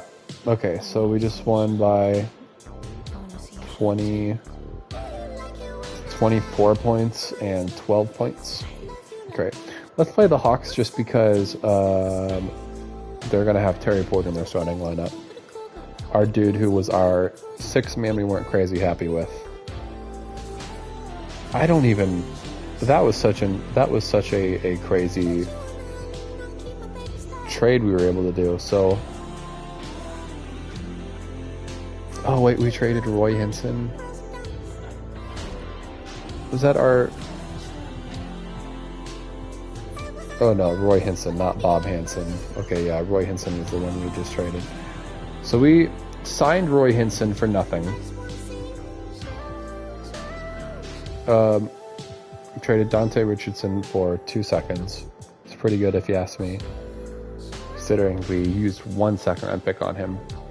We signed Roy Hinson randomly, moved him and Terry Porter and a second to the Hawks for Doc Rivers, which is nuts to me. No, we moved him for Kevin Willis. That's what it was.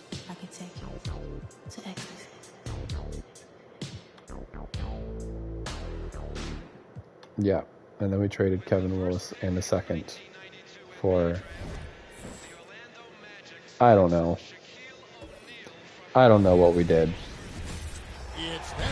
I've lost track. Alright, whatever. Our draft pick from 2 years ago, who we drafted to be the backup to Stockton. Now, the starting point guard on a team with Dominique Wilkins. Bob Hansen over there with MJ.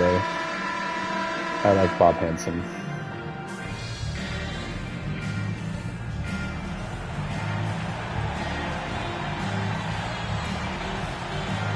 Did we... I've so lost track of all the moves we just made. Did we trade? No, we still got Bob McAdoo, our veteran in the locker room. What all has Bobby Boy done in his career? Awards. Okay, so 3-time NBA champion with... What was that? The Lakers? Was he on the Lakers? Oh, okay, yeah, so he was the starting center for the Lakers. Or backup center, I guess, after Akeem. It's the 1975 MVP, 5-time All-Star, first-time All-NBA. Now he's out here closing his career with the Pacers riding the bench, being a locker room veteran to give guidance and leadership to our young superstars. I want to see in this game, this one is just for fun. We're not really watching for maybe a roster move. We're going to watch and see, number one, how our guy Terry Porter does as the starter on a team.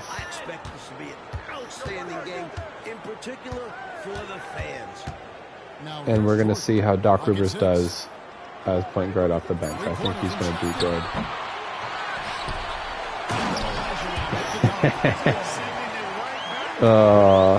Welcome back to Indiana, Terry Porter.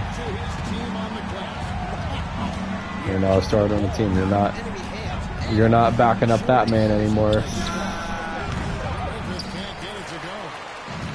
You're running the offense.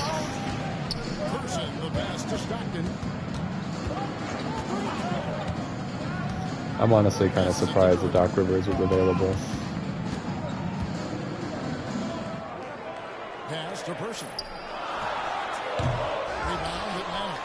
Man, lame he missed that shot, but see, that's the kind of thing that I want for Chuck Person. He'll eventually, you know, be hitting those when he gets a little bit more development. But you know, to just be out there and be able to space the floor a little bit. Pull that.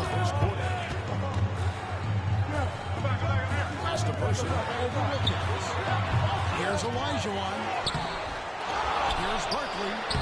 And it taps. They get one to fall. Man, Barkley and Elijah Wan are just so problematic in a good kind of way on the low post. You really gotta have some excellent boxing out players if you want to stop the Pacers from out rebounding you.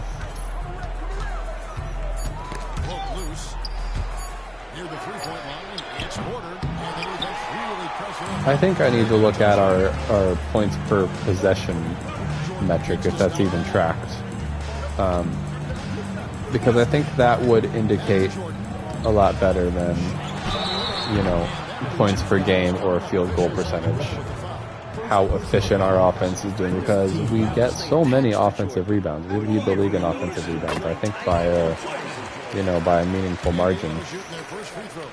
First trip to the line in this one. And both free throws good for Jordan. Quite simply, he's automatic. I want to see Terry Porter get cooked, is really what I want. I want to be toxic.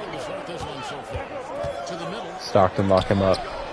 Oh, that's a turnover for our man Porter.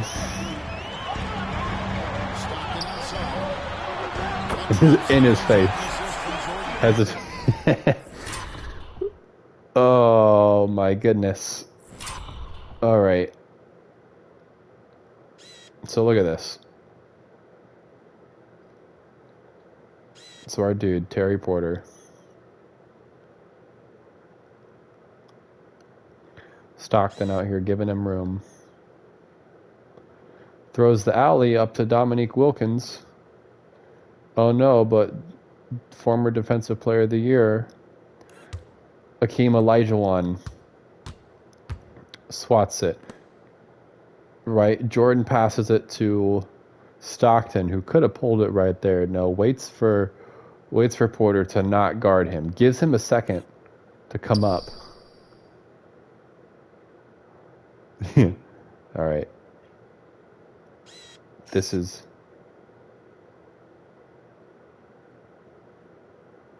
Hold on. Here's the... Yeah, here's a thumbnail right there. Right. What am I doing? Jordan to Stockton. Stockton gives him the second. Pulls it in his face. Bang. 9-2 game. Okay.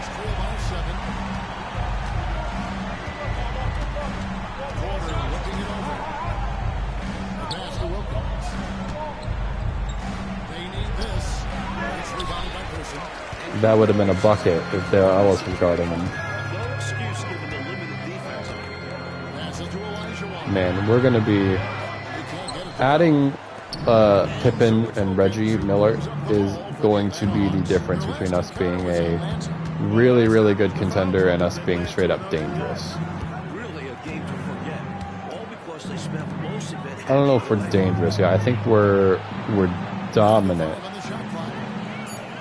We're right on the verge of dominant. We're not dangerous. Okay. That's Dominique Wilkins. That's just going to happen. He's going to get his. and gets the shot he's looking for. Dangerous, I consider, like, a level beyond dominant. If a team is dangerous, they are, like, winning everything. Like, we're talking 65-plus games. Pushing 70 games. Sweeping everybody and their mama in the playoffs. Running teams out the gym. Multiple All-Stars. Great job defensively, stayed active, which led to a bunch of block shots. They planned on being disruptive on defense and showed that throughout the game. Here's Jordan. And again, it's in the end. The mid-range is more or less wide open for Jordan. It's a go-to scoring area for him. So I see Doc Rivers over there wearing number 8. I thought we had someone else on the team who was number 8. Nope. Okay, I'm stripping him. 132 left here in the opening. Or was it Richardson? Was he number 8? And Wilkins now top of the key. Shooting flies as the whistle blows. Shoot 2 free throws. Personal foul. First team foul. One of those players even live fouls are play to see. Dominic Wilkins. Some changes for Indiana. Wood, he's checked in for Bart. Ellis comes in. All right. And it's Rivers in for Jordan. Now here's Stockton. Doc Rivers playing his former team. Nice. Akeem spins around, collapses the defense, dishes it to Wood, who easily puts it up. 55 seconds left to play in the first quarter. Yeah, Dominique Wilkins is really going to have to carry their offense. Just what to do with it. Indiana lead by 4. Pass to Rivers. Wants to get it to Elijah Walker, and does. Goes back up, and that's 2 points on the low. Man, Elijah Wan is dominant on the low post. The timing from him on the offensive glass, positioning himself perfectly to capitalize. To the inside. Wilkins slams it in. See, and Dale Ellis doesn't even really contest. Explosive athlete and just as explosive as a scorer. This is definitely Dale Ellis's last year on the Pacers. Here's Wood. Elijah on the pass to Wood. He's definitely not worth that contract that we extended him to. Pass to Rivers. Pull it. Okay, Doc. Okay, Doc. Basket good. All right, Doc.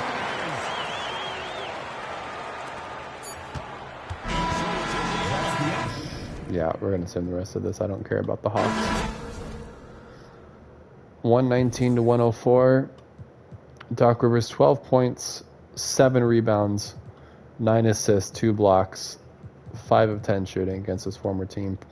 Flirting with the triple-double, of course. Jordan, our leading scorer, 9 of 13, really efficient. 7 assists for Jordan. Wow. Elijah Wan, 17, 10. Dale Ellis also with 17 and 10, but with 4 more shot attempts and 2 more turnovers. And no blocks or steals. Yeah, Doc Rivers, our 4th leading scorer, 12 points, leading scorer. Not our leading scorer off the bench. Barkley, 10 and 7, 5 of 6. Efficient. Drazen Petrovic with 11 minutes. 10 points, 5 of 9 from the field, no 3-pointers. All right, so let's do this. Now that we kind of have a good roster we feel comfortable with.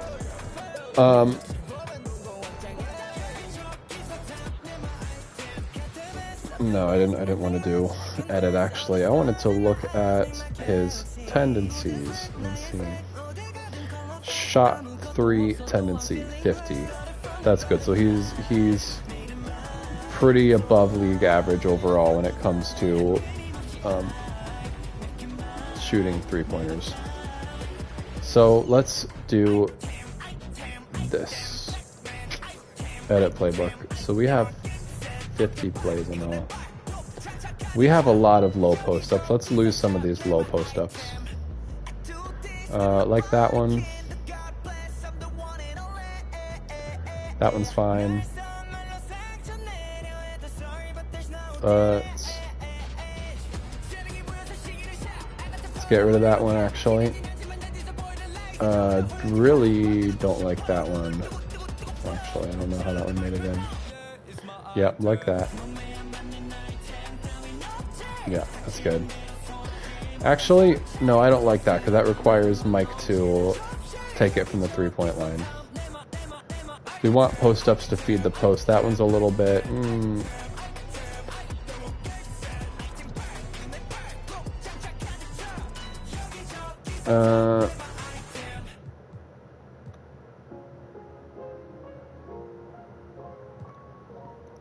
I want to find one where the power forward posts up. That's not a post-up play.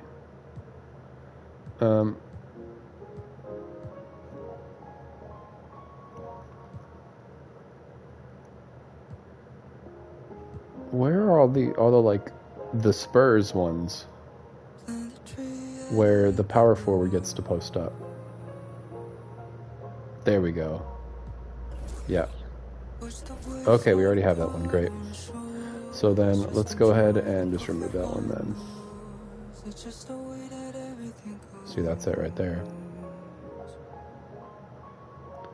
Yep, like that one. We see that one a lot. That's good.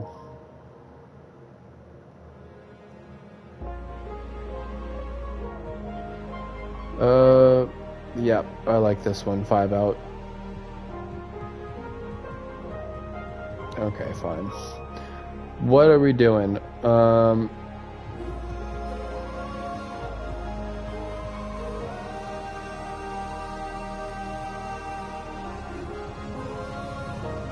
Let's scroll down this list and look at... Oh, 8 San Antonio Spurs. That's not... These are not three-point plays. Okay, 91, 95. Golden State Warriors, here's what we want. Quick 3 curl pin.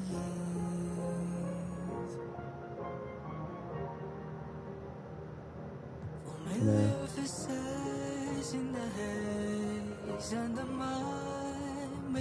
We're looking for shooting guard 3s. Nah.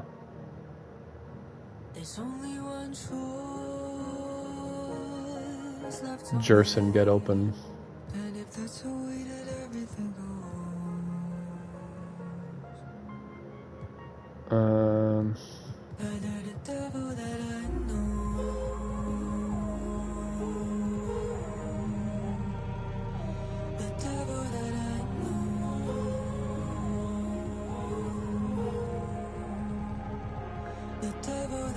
Floppy's pretty good. Let's see what they got for Floppy.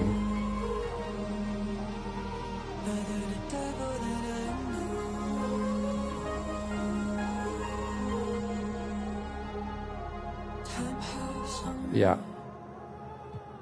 I want to see that one.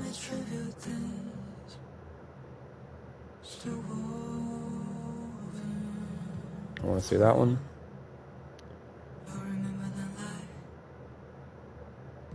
Let's see that one, why not? Horns, I think, is solid. Yeah, let's see that.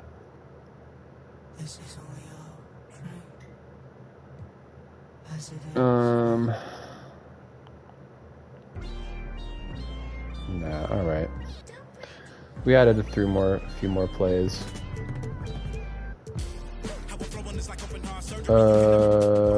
Drazen Petrovic, priority 1.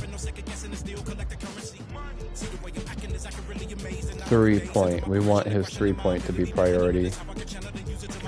Priority 2. Mid-range.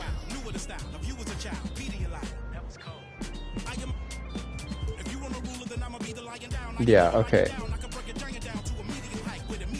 Barkley, post up low, post up high. Pick and roll low, man.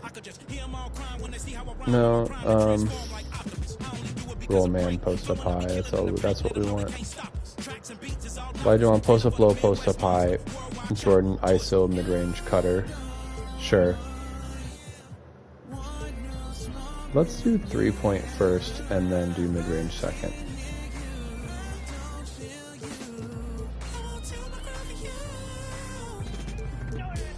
Bob Hansen. 3-point, yes please. Wood, no man, post up low, yeah, that's good.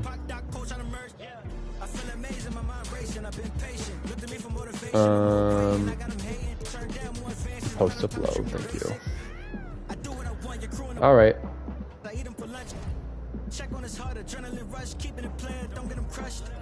Coach settings. That's not what we need necessarily. Okay.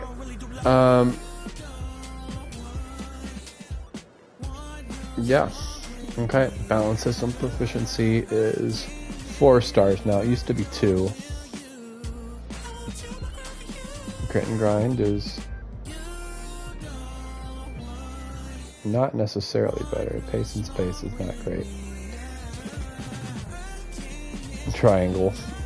Oh, 7 seconds. Defense.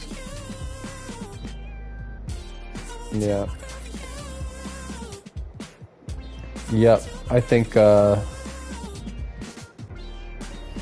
balance is probably our best option. Alright, we are number 1 seed in the Eastern Conference, 4.5 games ahead of second place. We would also be the number 1 seed in the West, but Portland, number 1 in the East. They're actually kind of a deep team. Well, that's who our next game is up against, or our second to next game. 4 to 6 weeks. What the frick? Alright, Bob McAdoo, you're in. This is why we have an extra center off the bench. Drazen Petrovic is on fire lately. Per 36, 16 points. He's shooting 42% from 3.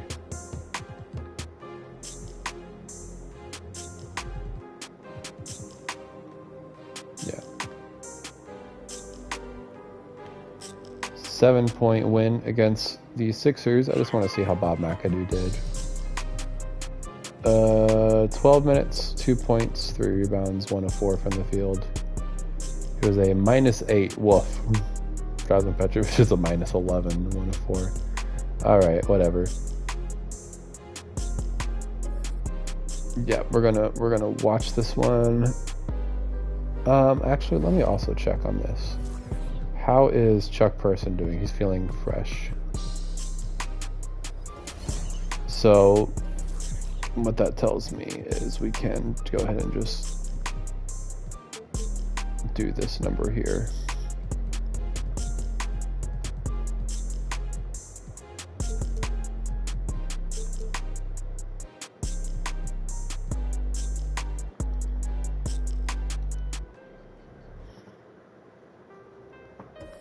Yeah. I really want Chuck Person to come into his own sooner rather than later. Honestly, Chuck Person and Drazen Petrovic. Here's a thought. We might be able to flip Dale Ellis for just straight up draft picks if we do it right. But is Dale Ellis, does he contribute too much to the team currently that just straight up flipping him would be a meaningful net negative? I mean, obviously going to be a little bit of a net negative. Here's my thought. If we move on from Dale Ellis, it's going to give Person more minutes. It's going to give Petrovic more minutes. That's kind of what we want. So he's averaging 9 points per game. Per 36, he's the exact same as last year. 1 more rebound per 36, 1 more assists per 36. Still shooting a significantly worse percentage from the field. Yeah.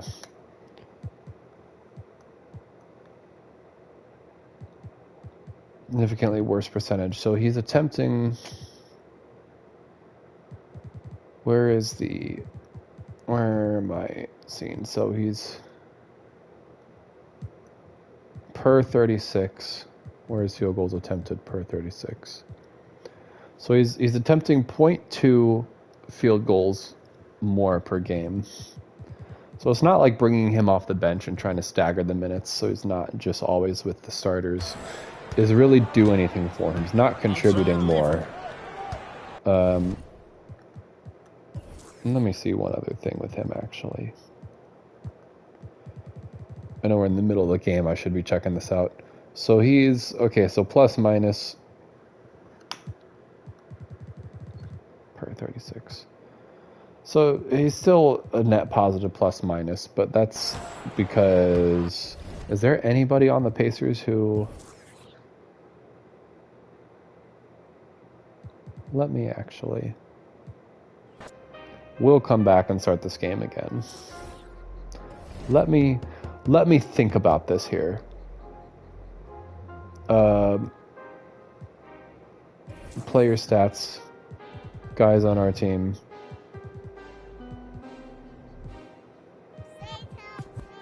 Dallas is a plus 9.3, which is above Colin Wood, Petrovic, Sabonis. Rivers is he was on another team.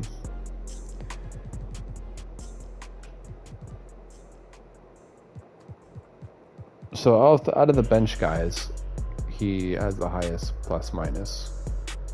Of the bench guys that are still on the team. I don't know. Here's the thing. We could give Person and Petrovic more minutes if we got rid of Ellis.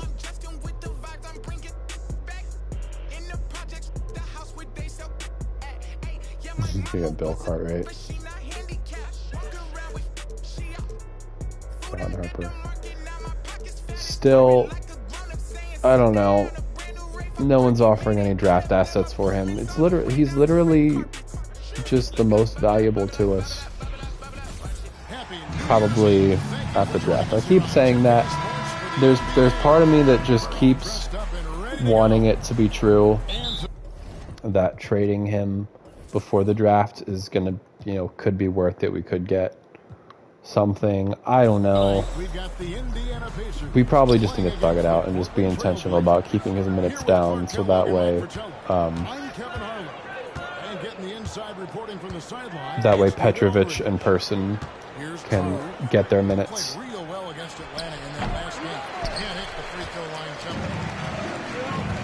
I like this transition play much better than what we were doing in previous years. We're actually starting to push the ball a little bit.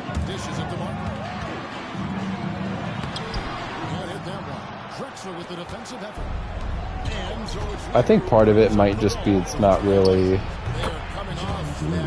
in the tendencies of these players to pass out of the post when they look up. It's not really in their thinking. Because it's the 80s, you just kind of work out of the post. It's what you do.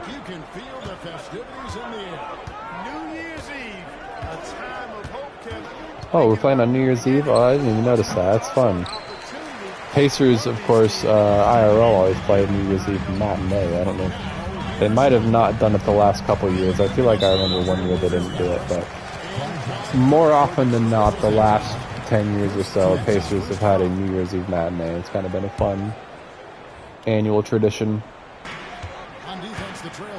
So I don't know if this one's a matinee. I don't know if they have game times in 2K, but yeah. All right, was that Chuck Person, or was that? Wait, hold on. Who just scored that?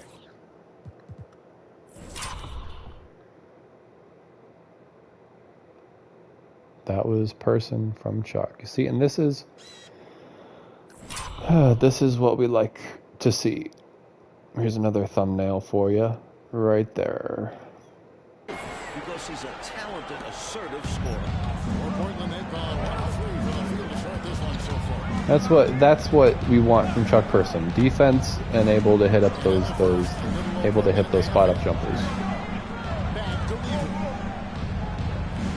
Here's Drew. It's rebounded by Person. Drew's gone on the 4 so far. Stopped in the pass to Person. Second shot opportunity. Nice. So this, last time I said this, while watching a regular season game, it did end up being what the finals matchup was. We were watching the Mavericks game, I said this could be a potential finals matchup, and lo and behold, this was. I'll say it again. This is a potential finals matchup. The number 1 seed in each respective conference, or at least last time I looked, it was only like 3 days ago. 3 in-game days. This is a potential finals matchup. Trailblazers, I think, are a good team. They've definitely got some depth. I think we are definitely the better team. I think we've officially eclipsed the Lakers and Celtics and all the other teams. I think we are the best team in the NBA right now, solidly.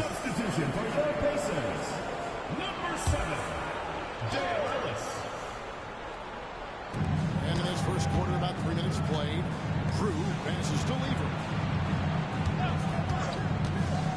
Here's Drexler, top of the key. Shot clock at 6.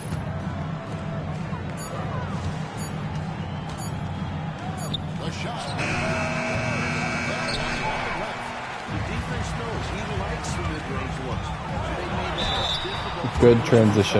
Good transition play there. Moving the ball up, putting pressure on the defense in transition. You love to see it. We all know about Michael's offensive prowess, okay? But he's incredible defensively as well. He works hard at that end, and that's rare for a star. Paxson, he's checked in for Clyde Drexler.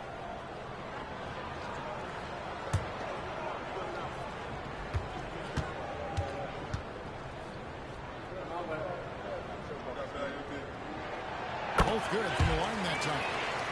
Let's see what the non-Clyde minutes look like. This game against Indiana, first time they've met this year. Last season, they got swept in a 2-game series against this opponent. I'm sure they're looking for payback tonight. This was one of the few opponents who really stuck to the word. It was otherwise an excellent season for them. You're right. They've got to have revenge on their minds tonight.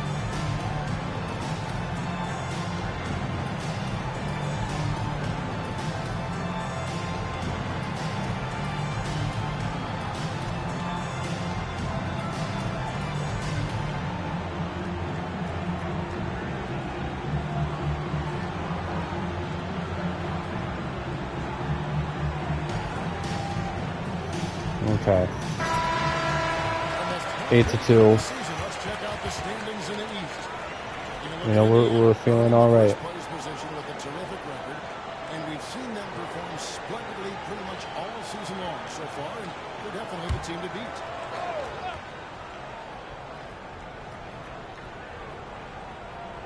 And first quarter, we're about 3.5 minutes in. Lever passes to Drew. Here's Paxson. Can't get it. As the basket is good, and he's got a chance here for one more at the line. Wow, you don't usually see Mike. You don't usually see him make sloppy defensive plays like that. The Pacers making a switch here. Rivers checked That's in. unique.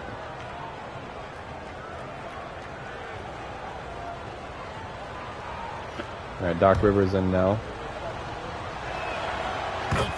I'm eager to see what the Doc Rivers Stockton minutes look like. Okay, we got a glitch here. Thank you, Charles. And so it's Indiana coming off that win against Philadelphia. Away from home on the road, what a tremendous game they had at the offensive end. And they were in their offense, dictating the pace. Hard to do on the road. Now here's Stockton. He has yet to score. Here's Elijah. And 2 on This might actually be a more competitive game than I'm giving it credit for. He doesn't lack confidence inside.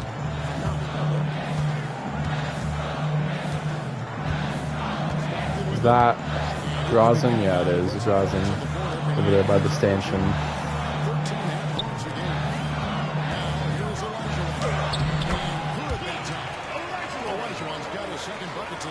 Making people around him better. One of the things Doc is best known for. Doc Rivers, that is. River taking his time here. What's up, exit? Tipped away. Stolen by Yeah. Excellent. There's the drive. Excellent. Up and in on the way. Oh man, trading for Doc Rivers is such a good idea. Something I never thought I would say. I will happily take the L and admit that Doc Rivers is a good basketball player. You know what, in here, I'll go ahead and grandstand my thoughts on Doc Rivers right here on this freaking 2K live stream no one's ever going to watch. My philosophy about basketball IRL, 2K is different, of course, but my philosophy about basketball in real life is that you basically have two categories that players can fit into in three different ways. I guess two attributes ultimately when it comes to the value of a player, the level of good that a player is. You have floor raisers and you have ceiling raisers. There are players that are one and not the other. You have players that are both. You have players that are neither. For example, certain star players are obviously both. It more affects role players that are a floor raiser or a ceiling raiser. Russell Westbrook, I would argue, is a floor raiser. Prime Russell Westbrook, not as much the last few years. But Russell Westbrook for most of his career, especially in the post-Durant years, 2017 through 2021, floor raiser. You put Westbrook on a bad team, that team is going to be a lot better than they otherwise would have been because they have Westbrook. You put Westbrook on a good team, they're not necessarily going to be that much better than they otherwise would have been. Westbrook makes a bad team better than he makes a good team really good. You know what I mean? Ceiling raiser.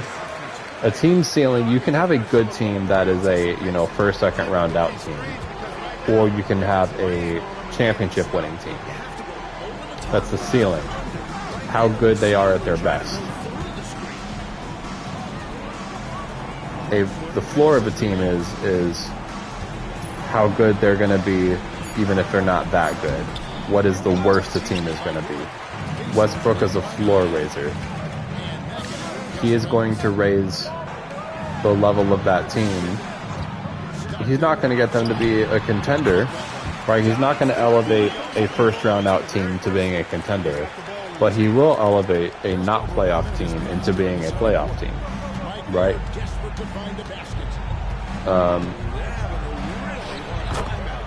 Rajon Rondo, ceiling raiser.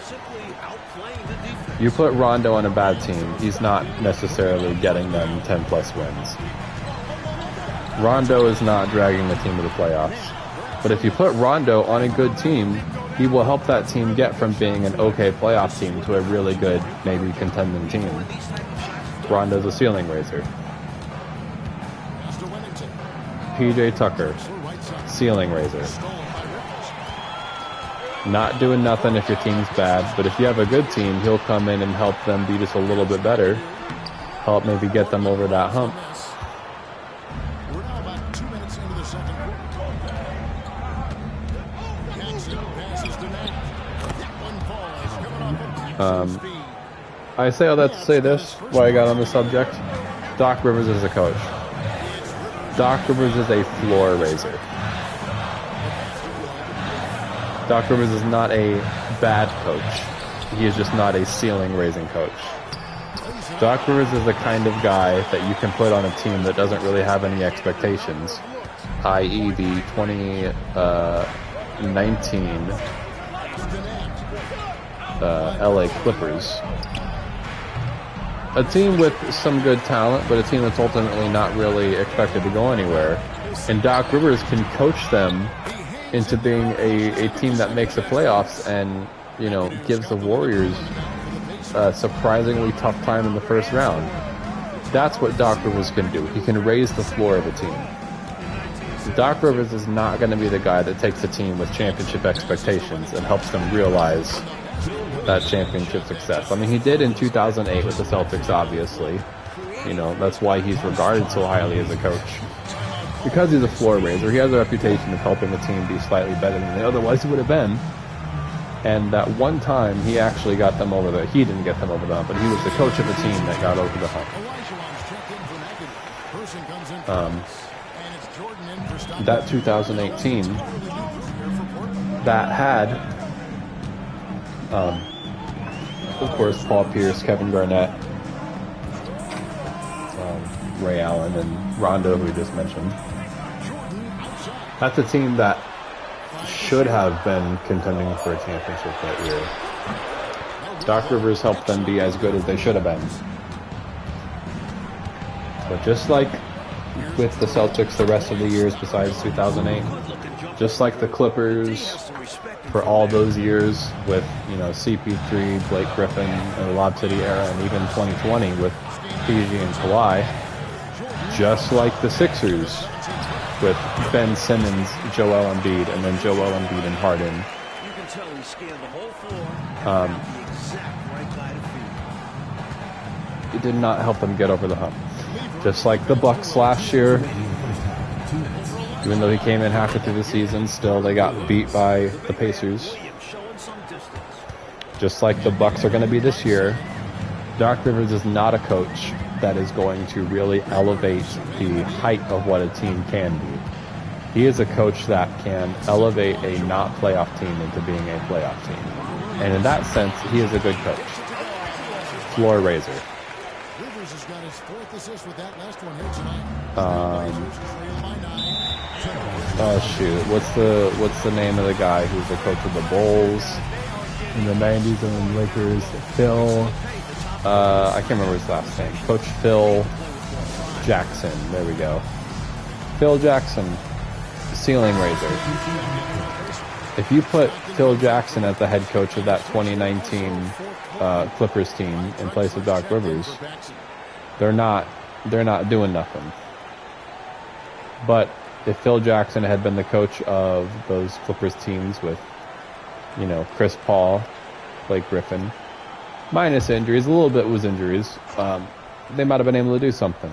You put Phil Jackson as the coach of the Celtics in the late 2000s with the Big Three and ultimately Big Four once Rondo ascended to star status, they're probably winning another championship than what they did. But if you put Phil Jackson as the coach of the Atlanta Hawks, the Trae Young Atlanta Hawks, they're probably not doing that much better than what they did. You guys who are floor raisers and ceiling raisers, it's not bad. You know, one is not bad, and the other is good. I mean, ultimately, you want a ceiling raiser. You know, if your goal is a championship for this specific season, you want a coach who's going to be a ceiling raiser. But it's important to know what you have and not put unrealistic expectations on people. I think that's part of the problem. And it's the problem with players, too, is you have a guy who's a ceiling raiser or a guy who's a floor raiser. They look really good or really bad depending on the situation. Like PJ Tucker or Jay Crowder.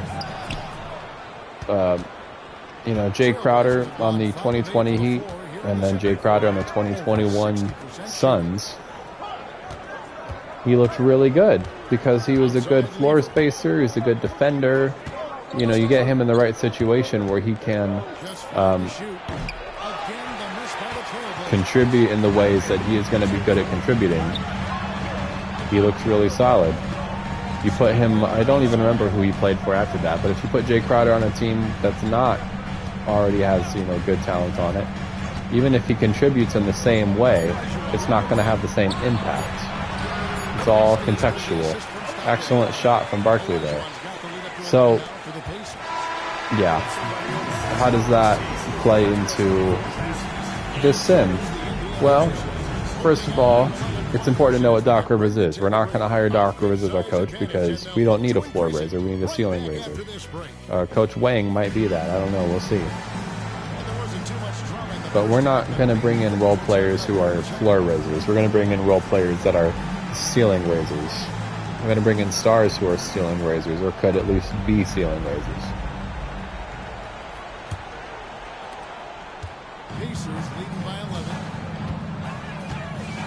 Chuck Person, I think, is going to be a ceiling raiser. If you put Chuck Person on a bad team, yeah, he might get some numbers, but he's not really adding a ton of wins.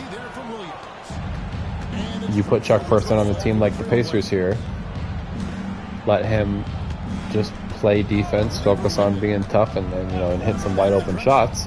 Yeah, he's going to add a lot of value, especially compared to Dale Ellis.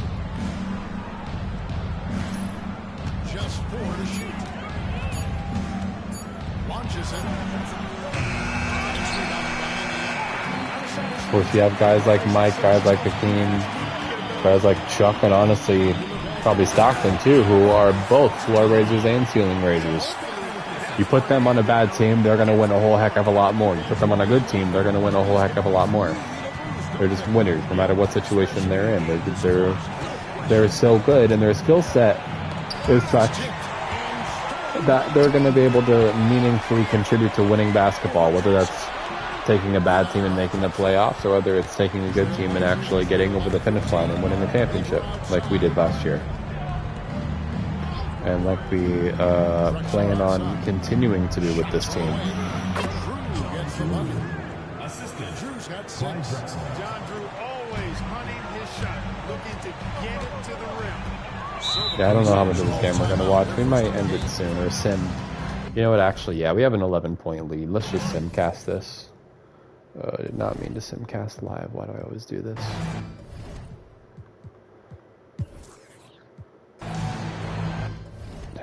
Unbelievable. Alright. Yeah. Looks like we're going to win quite handily. That's good because, like I said earlier, this is likely a finals matchup. We have a 31-point blowout. Good night. Akeem, our leading scorer, 8 of 12.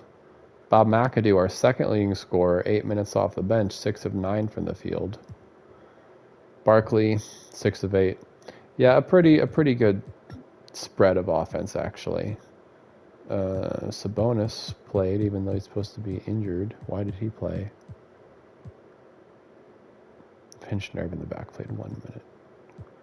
Alright, whatever. Drazen Petrovic, 7 minutes. 3 of 6 from the field. Sure. Why not? Why not? Okay. Are the Cavs good? No. Let's go ahead and send these next 2 weeks. Bill Cartwright, Herb Williams, for Rivers and McAdoo. Nope. We're holding on to Doc Rivers. Actually, you know what? I should make sure I know what Doc Rivers' contract situation is. Looks like he's on for 2 years. The player option for 1.3 mil.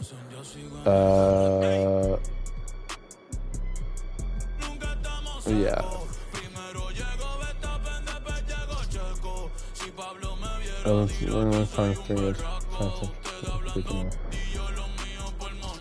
Doc Rivers is ineligible for an extension as the original length of his current contract was 3 years. Players can only sign extensions during the final year of their contract if the original length was 4 years or longer. Okay, so we might have to trade Doc Rivers next year because they didn't sign him to a long enough contract. How old is Doc Rivers? 25. This is his 4th year, so he's already on an extension because he's a 2nd round pick. So this is core.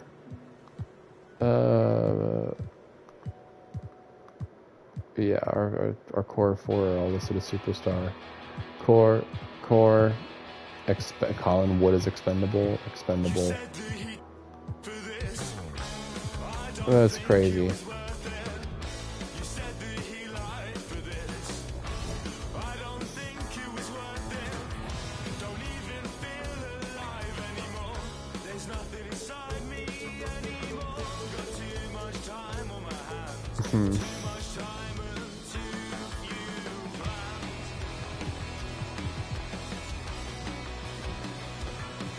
Yeah, so we had him and traded him last year. I think he was involved in the Wood deal.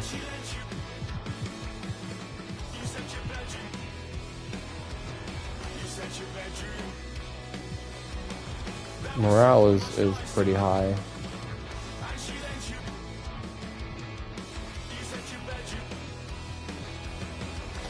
Bob McAdoo is feeling content. How sweet.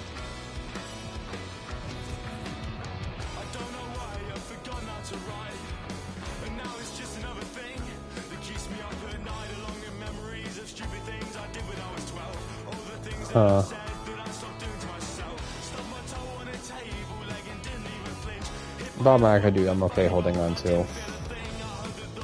Man, it makes me kind of sad that we might not be able to re-sign Doc.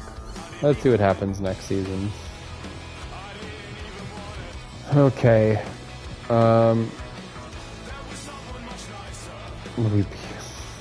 Has fully healed. Wow.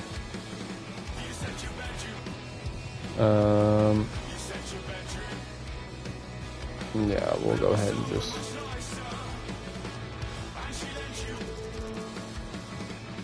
Petrovic is on fire. Scoring 16 per 36, shooting a higher 3-point percentage than field goal percentage. Was attempting 9 3-pointers total.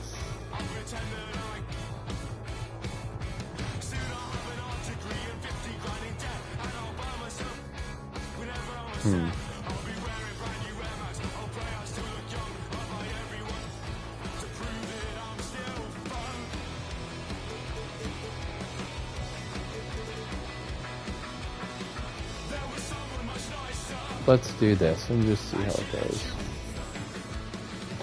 So, trade deadline right here. We'll probably wrap up the stream here before long.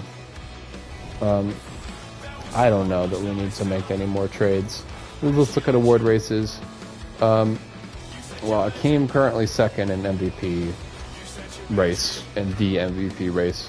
I think it should be Mike personally, but the 11 rebounds, 1.2 steals, 1.2 steals, 2.9 blocks, kind of does it. Rookie of the year, none of our guys. Do we even? Yeah, we have rookies, obviously. Sixth man, none of our guys. DPOY. Like it's going to come down to Akeem and Ralph, most likely again. Akeem better get it pretty easily. Most improved, none of our guys.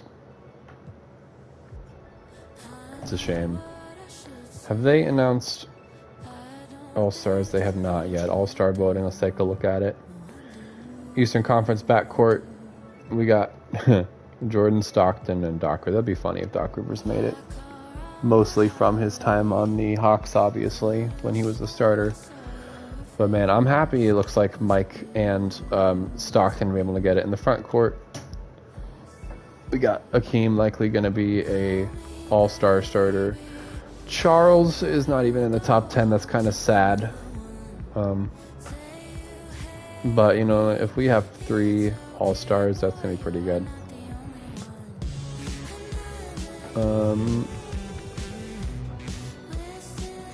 You know what? I did not even think. Where did our guy Clark Kellogg end up? Because he was on Dallas last year. And I think his contract was expiring, so he must have left. He's not making any noise this year. Where did Clark Kellogg end up? Overall, he would have been nice to land. Larry Nance in Cleveland. Did Clark Kellogg? Oh no, I was about to say, did he retire? No, he's just on the Jazz. Poor dude. See, this is the problem when your top two players are both small forwards. I'm just gonna see what it would cost us to get Clark Kellogg. Not that I would want to keep him, but I feel like we might be able to flip him for more than what it would cost to get him. Maybe not.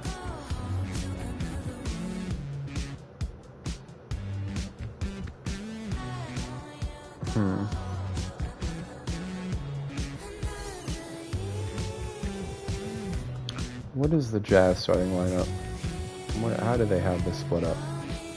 They have Kellogg at the 3 and Cummings at the 4. Okay, sure.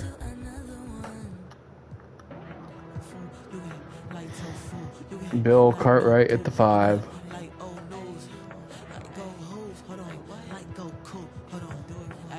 Man, I'm gonna be really upset if we cannot re-sign Doc Rivers actually, because he was a huge pickup.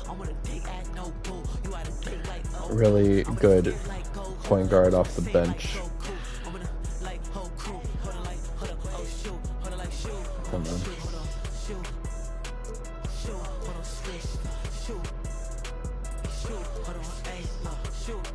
I do not plan on trading him. I'm just putting some feelers out here to see what we would be able to get if we had to pull the trigger.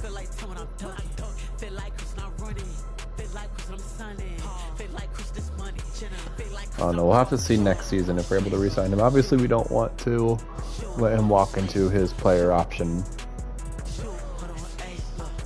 That would be not the best move. Okay, so last chance to look.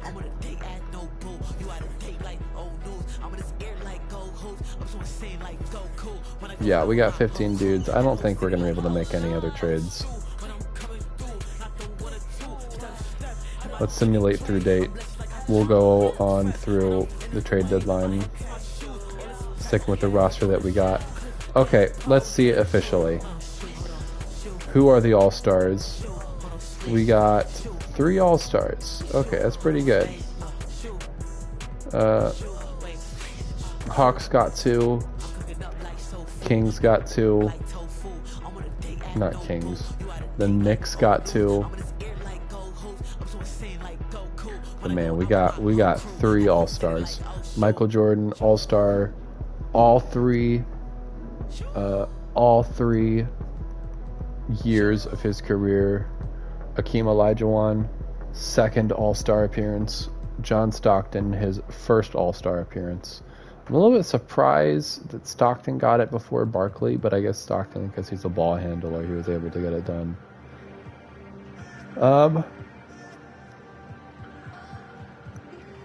Yeah, Karl Malone in year 2. All-Star. Congratulations to him. Wow. Man, Lakers with only 2 All-Stars. Wow. Jordan in the dunk contest. Inaugural 3-point contest. Jeff Malone tore Achilles. That's so sad. Xavier McDaniel is a sophomore. Yeah. And then of course Del Curry. Chuck Persons made it into the rookie game. He's the only one of our guys sophomore game. Terry Porter made it. Good for him, I guess. Yeah. Man, the 3 All-Star Indiana Pacers. Oh, I don't want to do either one of those. Let's play the All-Star game. It would be fun. We got 2 All-Star starters.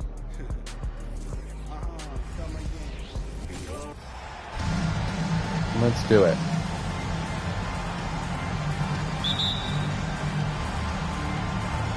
So the East All-Stars will get the first possession. I have to get a feel for what it's like to play with Isaiah Thomas. Bird outside.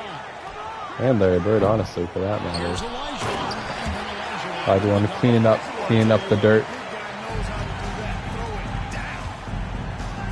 Right wing. Here's Tintley. Back to Johnson. What is Isaiah Thomas's contract situation? It won't even let me see from this view, will it? Yeah. Here he goes. Here's Cummings. Second chance effort. Goes up again. 2 free throws coming up, and they call the strike on. Terry Cummings, get out of here. Cummings comes to mind. A huge part of this offense. That misses, so he splits the free throw. Jordan dishes the Thomas. To Jordan. Well, Over Johnson. I'm guessing since John Stockton's made the All-Star game, as a member of the Pacers, the super stacked and deep Pacers, I guess not super stacked, but the moderately stacked, super deep Pacers, since he made an All-Star team, I'm guessing we can't, probably are not going to be able to trade him now. Or at least not trade him in the sense of, like, you know.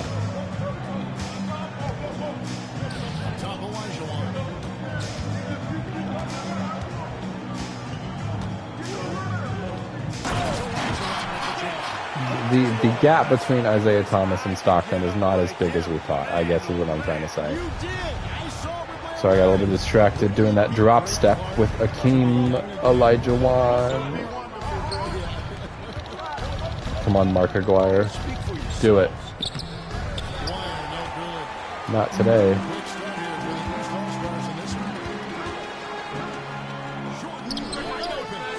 He had something to prove from the finals.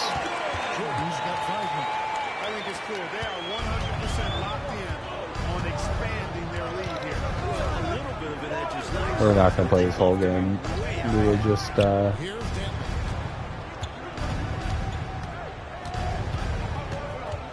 we play long enough to see all 3 of our dudes in.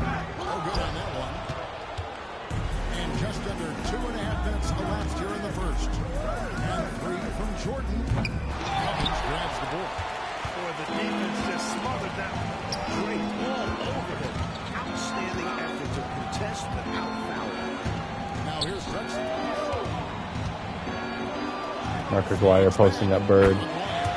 And Mark Aguirre just freaking lives off of those mid posts up, doesn't he? Thomas up top. Covered by Johnson. Thomas kicks to Jordan.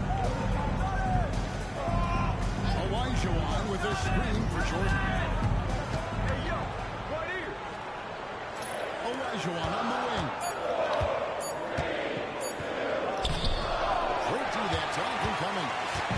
We didn't have Barkley on the low post that time. We didn't get the offensive rebound. Drexler passes to Dantley. Outside, Aguirre. Passes it to Drexler. Johnson inside. He's against Jordan. The putback. It's good on the putback. Ugh. Outstanding offensive rebounders in the game. Terry Cummings, excellent at reading where shots are coming. I want to see Larry Bird post up. Now, here is Olajuwon. Malone finds Bird.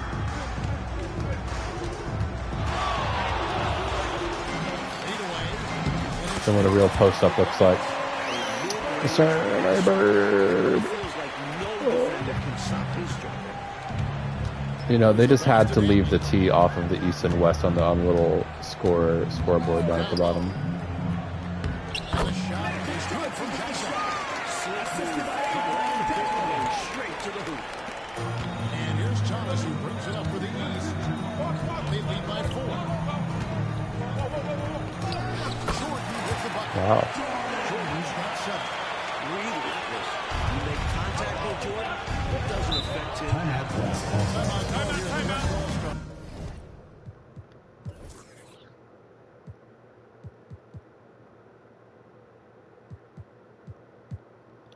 No, we'll keep Stockton in. Keep Olajuwon in just for the sake of seeing our 3 dudes in there together.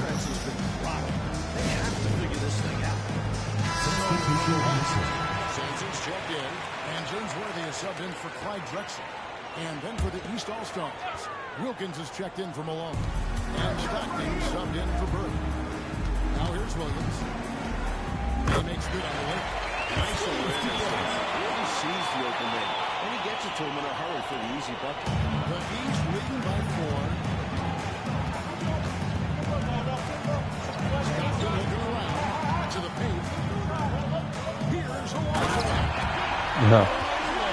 LOL. That was absurd. He's showing the skills that got him voted here. Outside of Irving. 51 seconds left to play in the first quarter. Is that James Worthy? Sure. And gets there for the alley-oop right on time. Dominic Wilkins. Outside Wilkins. Okay. All right. All right. Wilk. 35 seconds left to play in the first. Some nice passing here by the West. Jordan on Mark McGuire.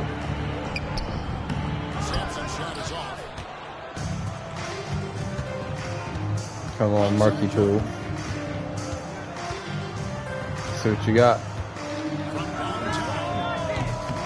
Worthy pulls it in. Fast break. Here comes the West. There's a Quire. From behind. Isaiah Thomas trying to take charges on the All-Star game. Okay, that was fun. We win by 1 point. Yeah, brother was channeling Kyle Lowry on that one. All right. This feels like an alright place to stop. We've been streaming for a little while now. Made some good trades. See, Akeem and Jordan have been player of the week a couple times. No player of the month though.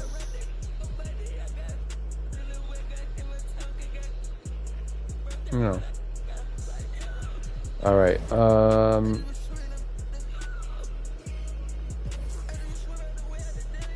Lakers 31-12. Well, that's pretty good. That's a pretty good record, actually. All right.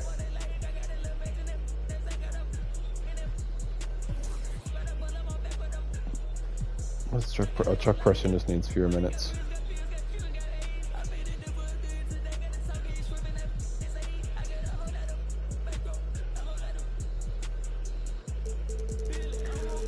Do we have another point guard? Okay, we'll fix the rotation here in a second. Do we have another point guard? We have 15 dudes. Okay.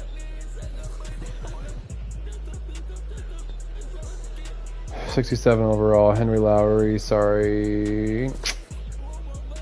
Yeah, we'll pay the rest of your salary. Don't worry about it. We are going to sign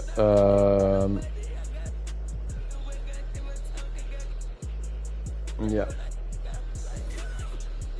Wes Matthews. All right. Okay.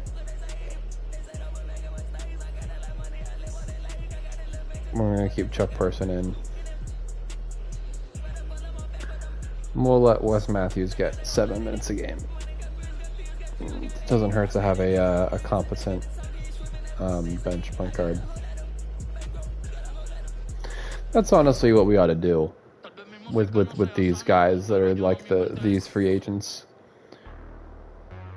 We really ought to just sign a couple of them and just have them be like emergency. You know, they're on a vet minimum, so it literally costs us nothing to do.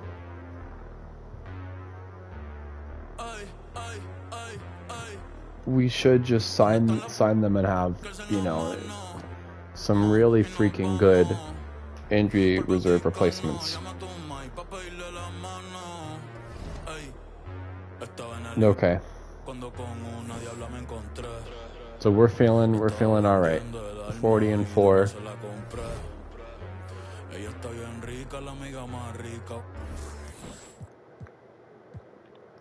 This is a good place to stop. Let me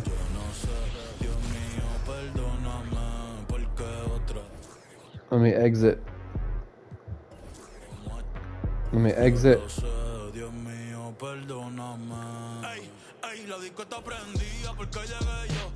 Exit and come back into the save, and we're gonna see if it's still where we left off. Okay, it is. Alright, so that's where we're gonna stop for this time. I might get back on here a little bit later, stream some Red Dead, we'll see. But we're feeling good. We're gonna finish out the 1987 season next time. We've been really taking our time with these. Taking our time throughout the regular season. That's alright though. You know, we're going slow, we're liking it. We're having fun. That's really what this is all about. Alright, until next time, we'll see you guys later.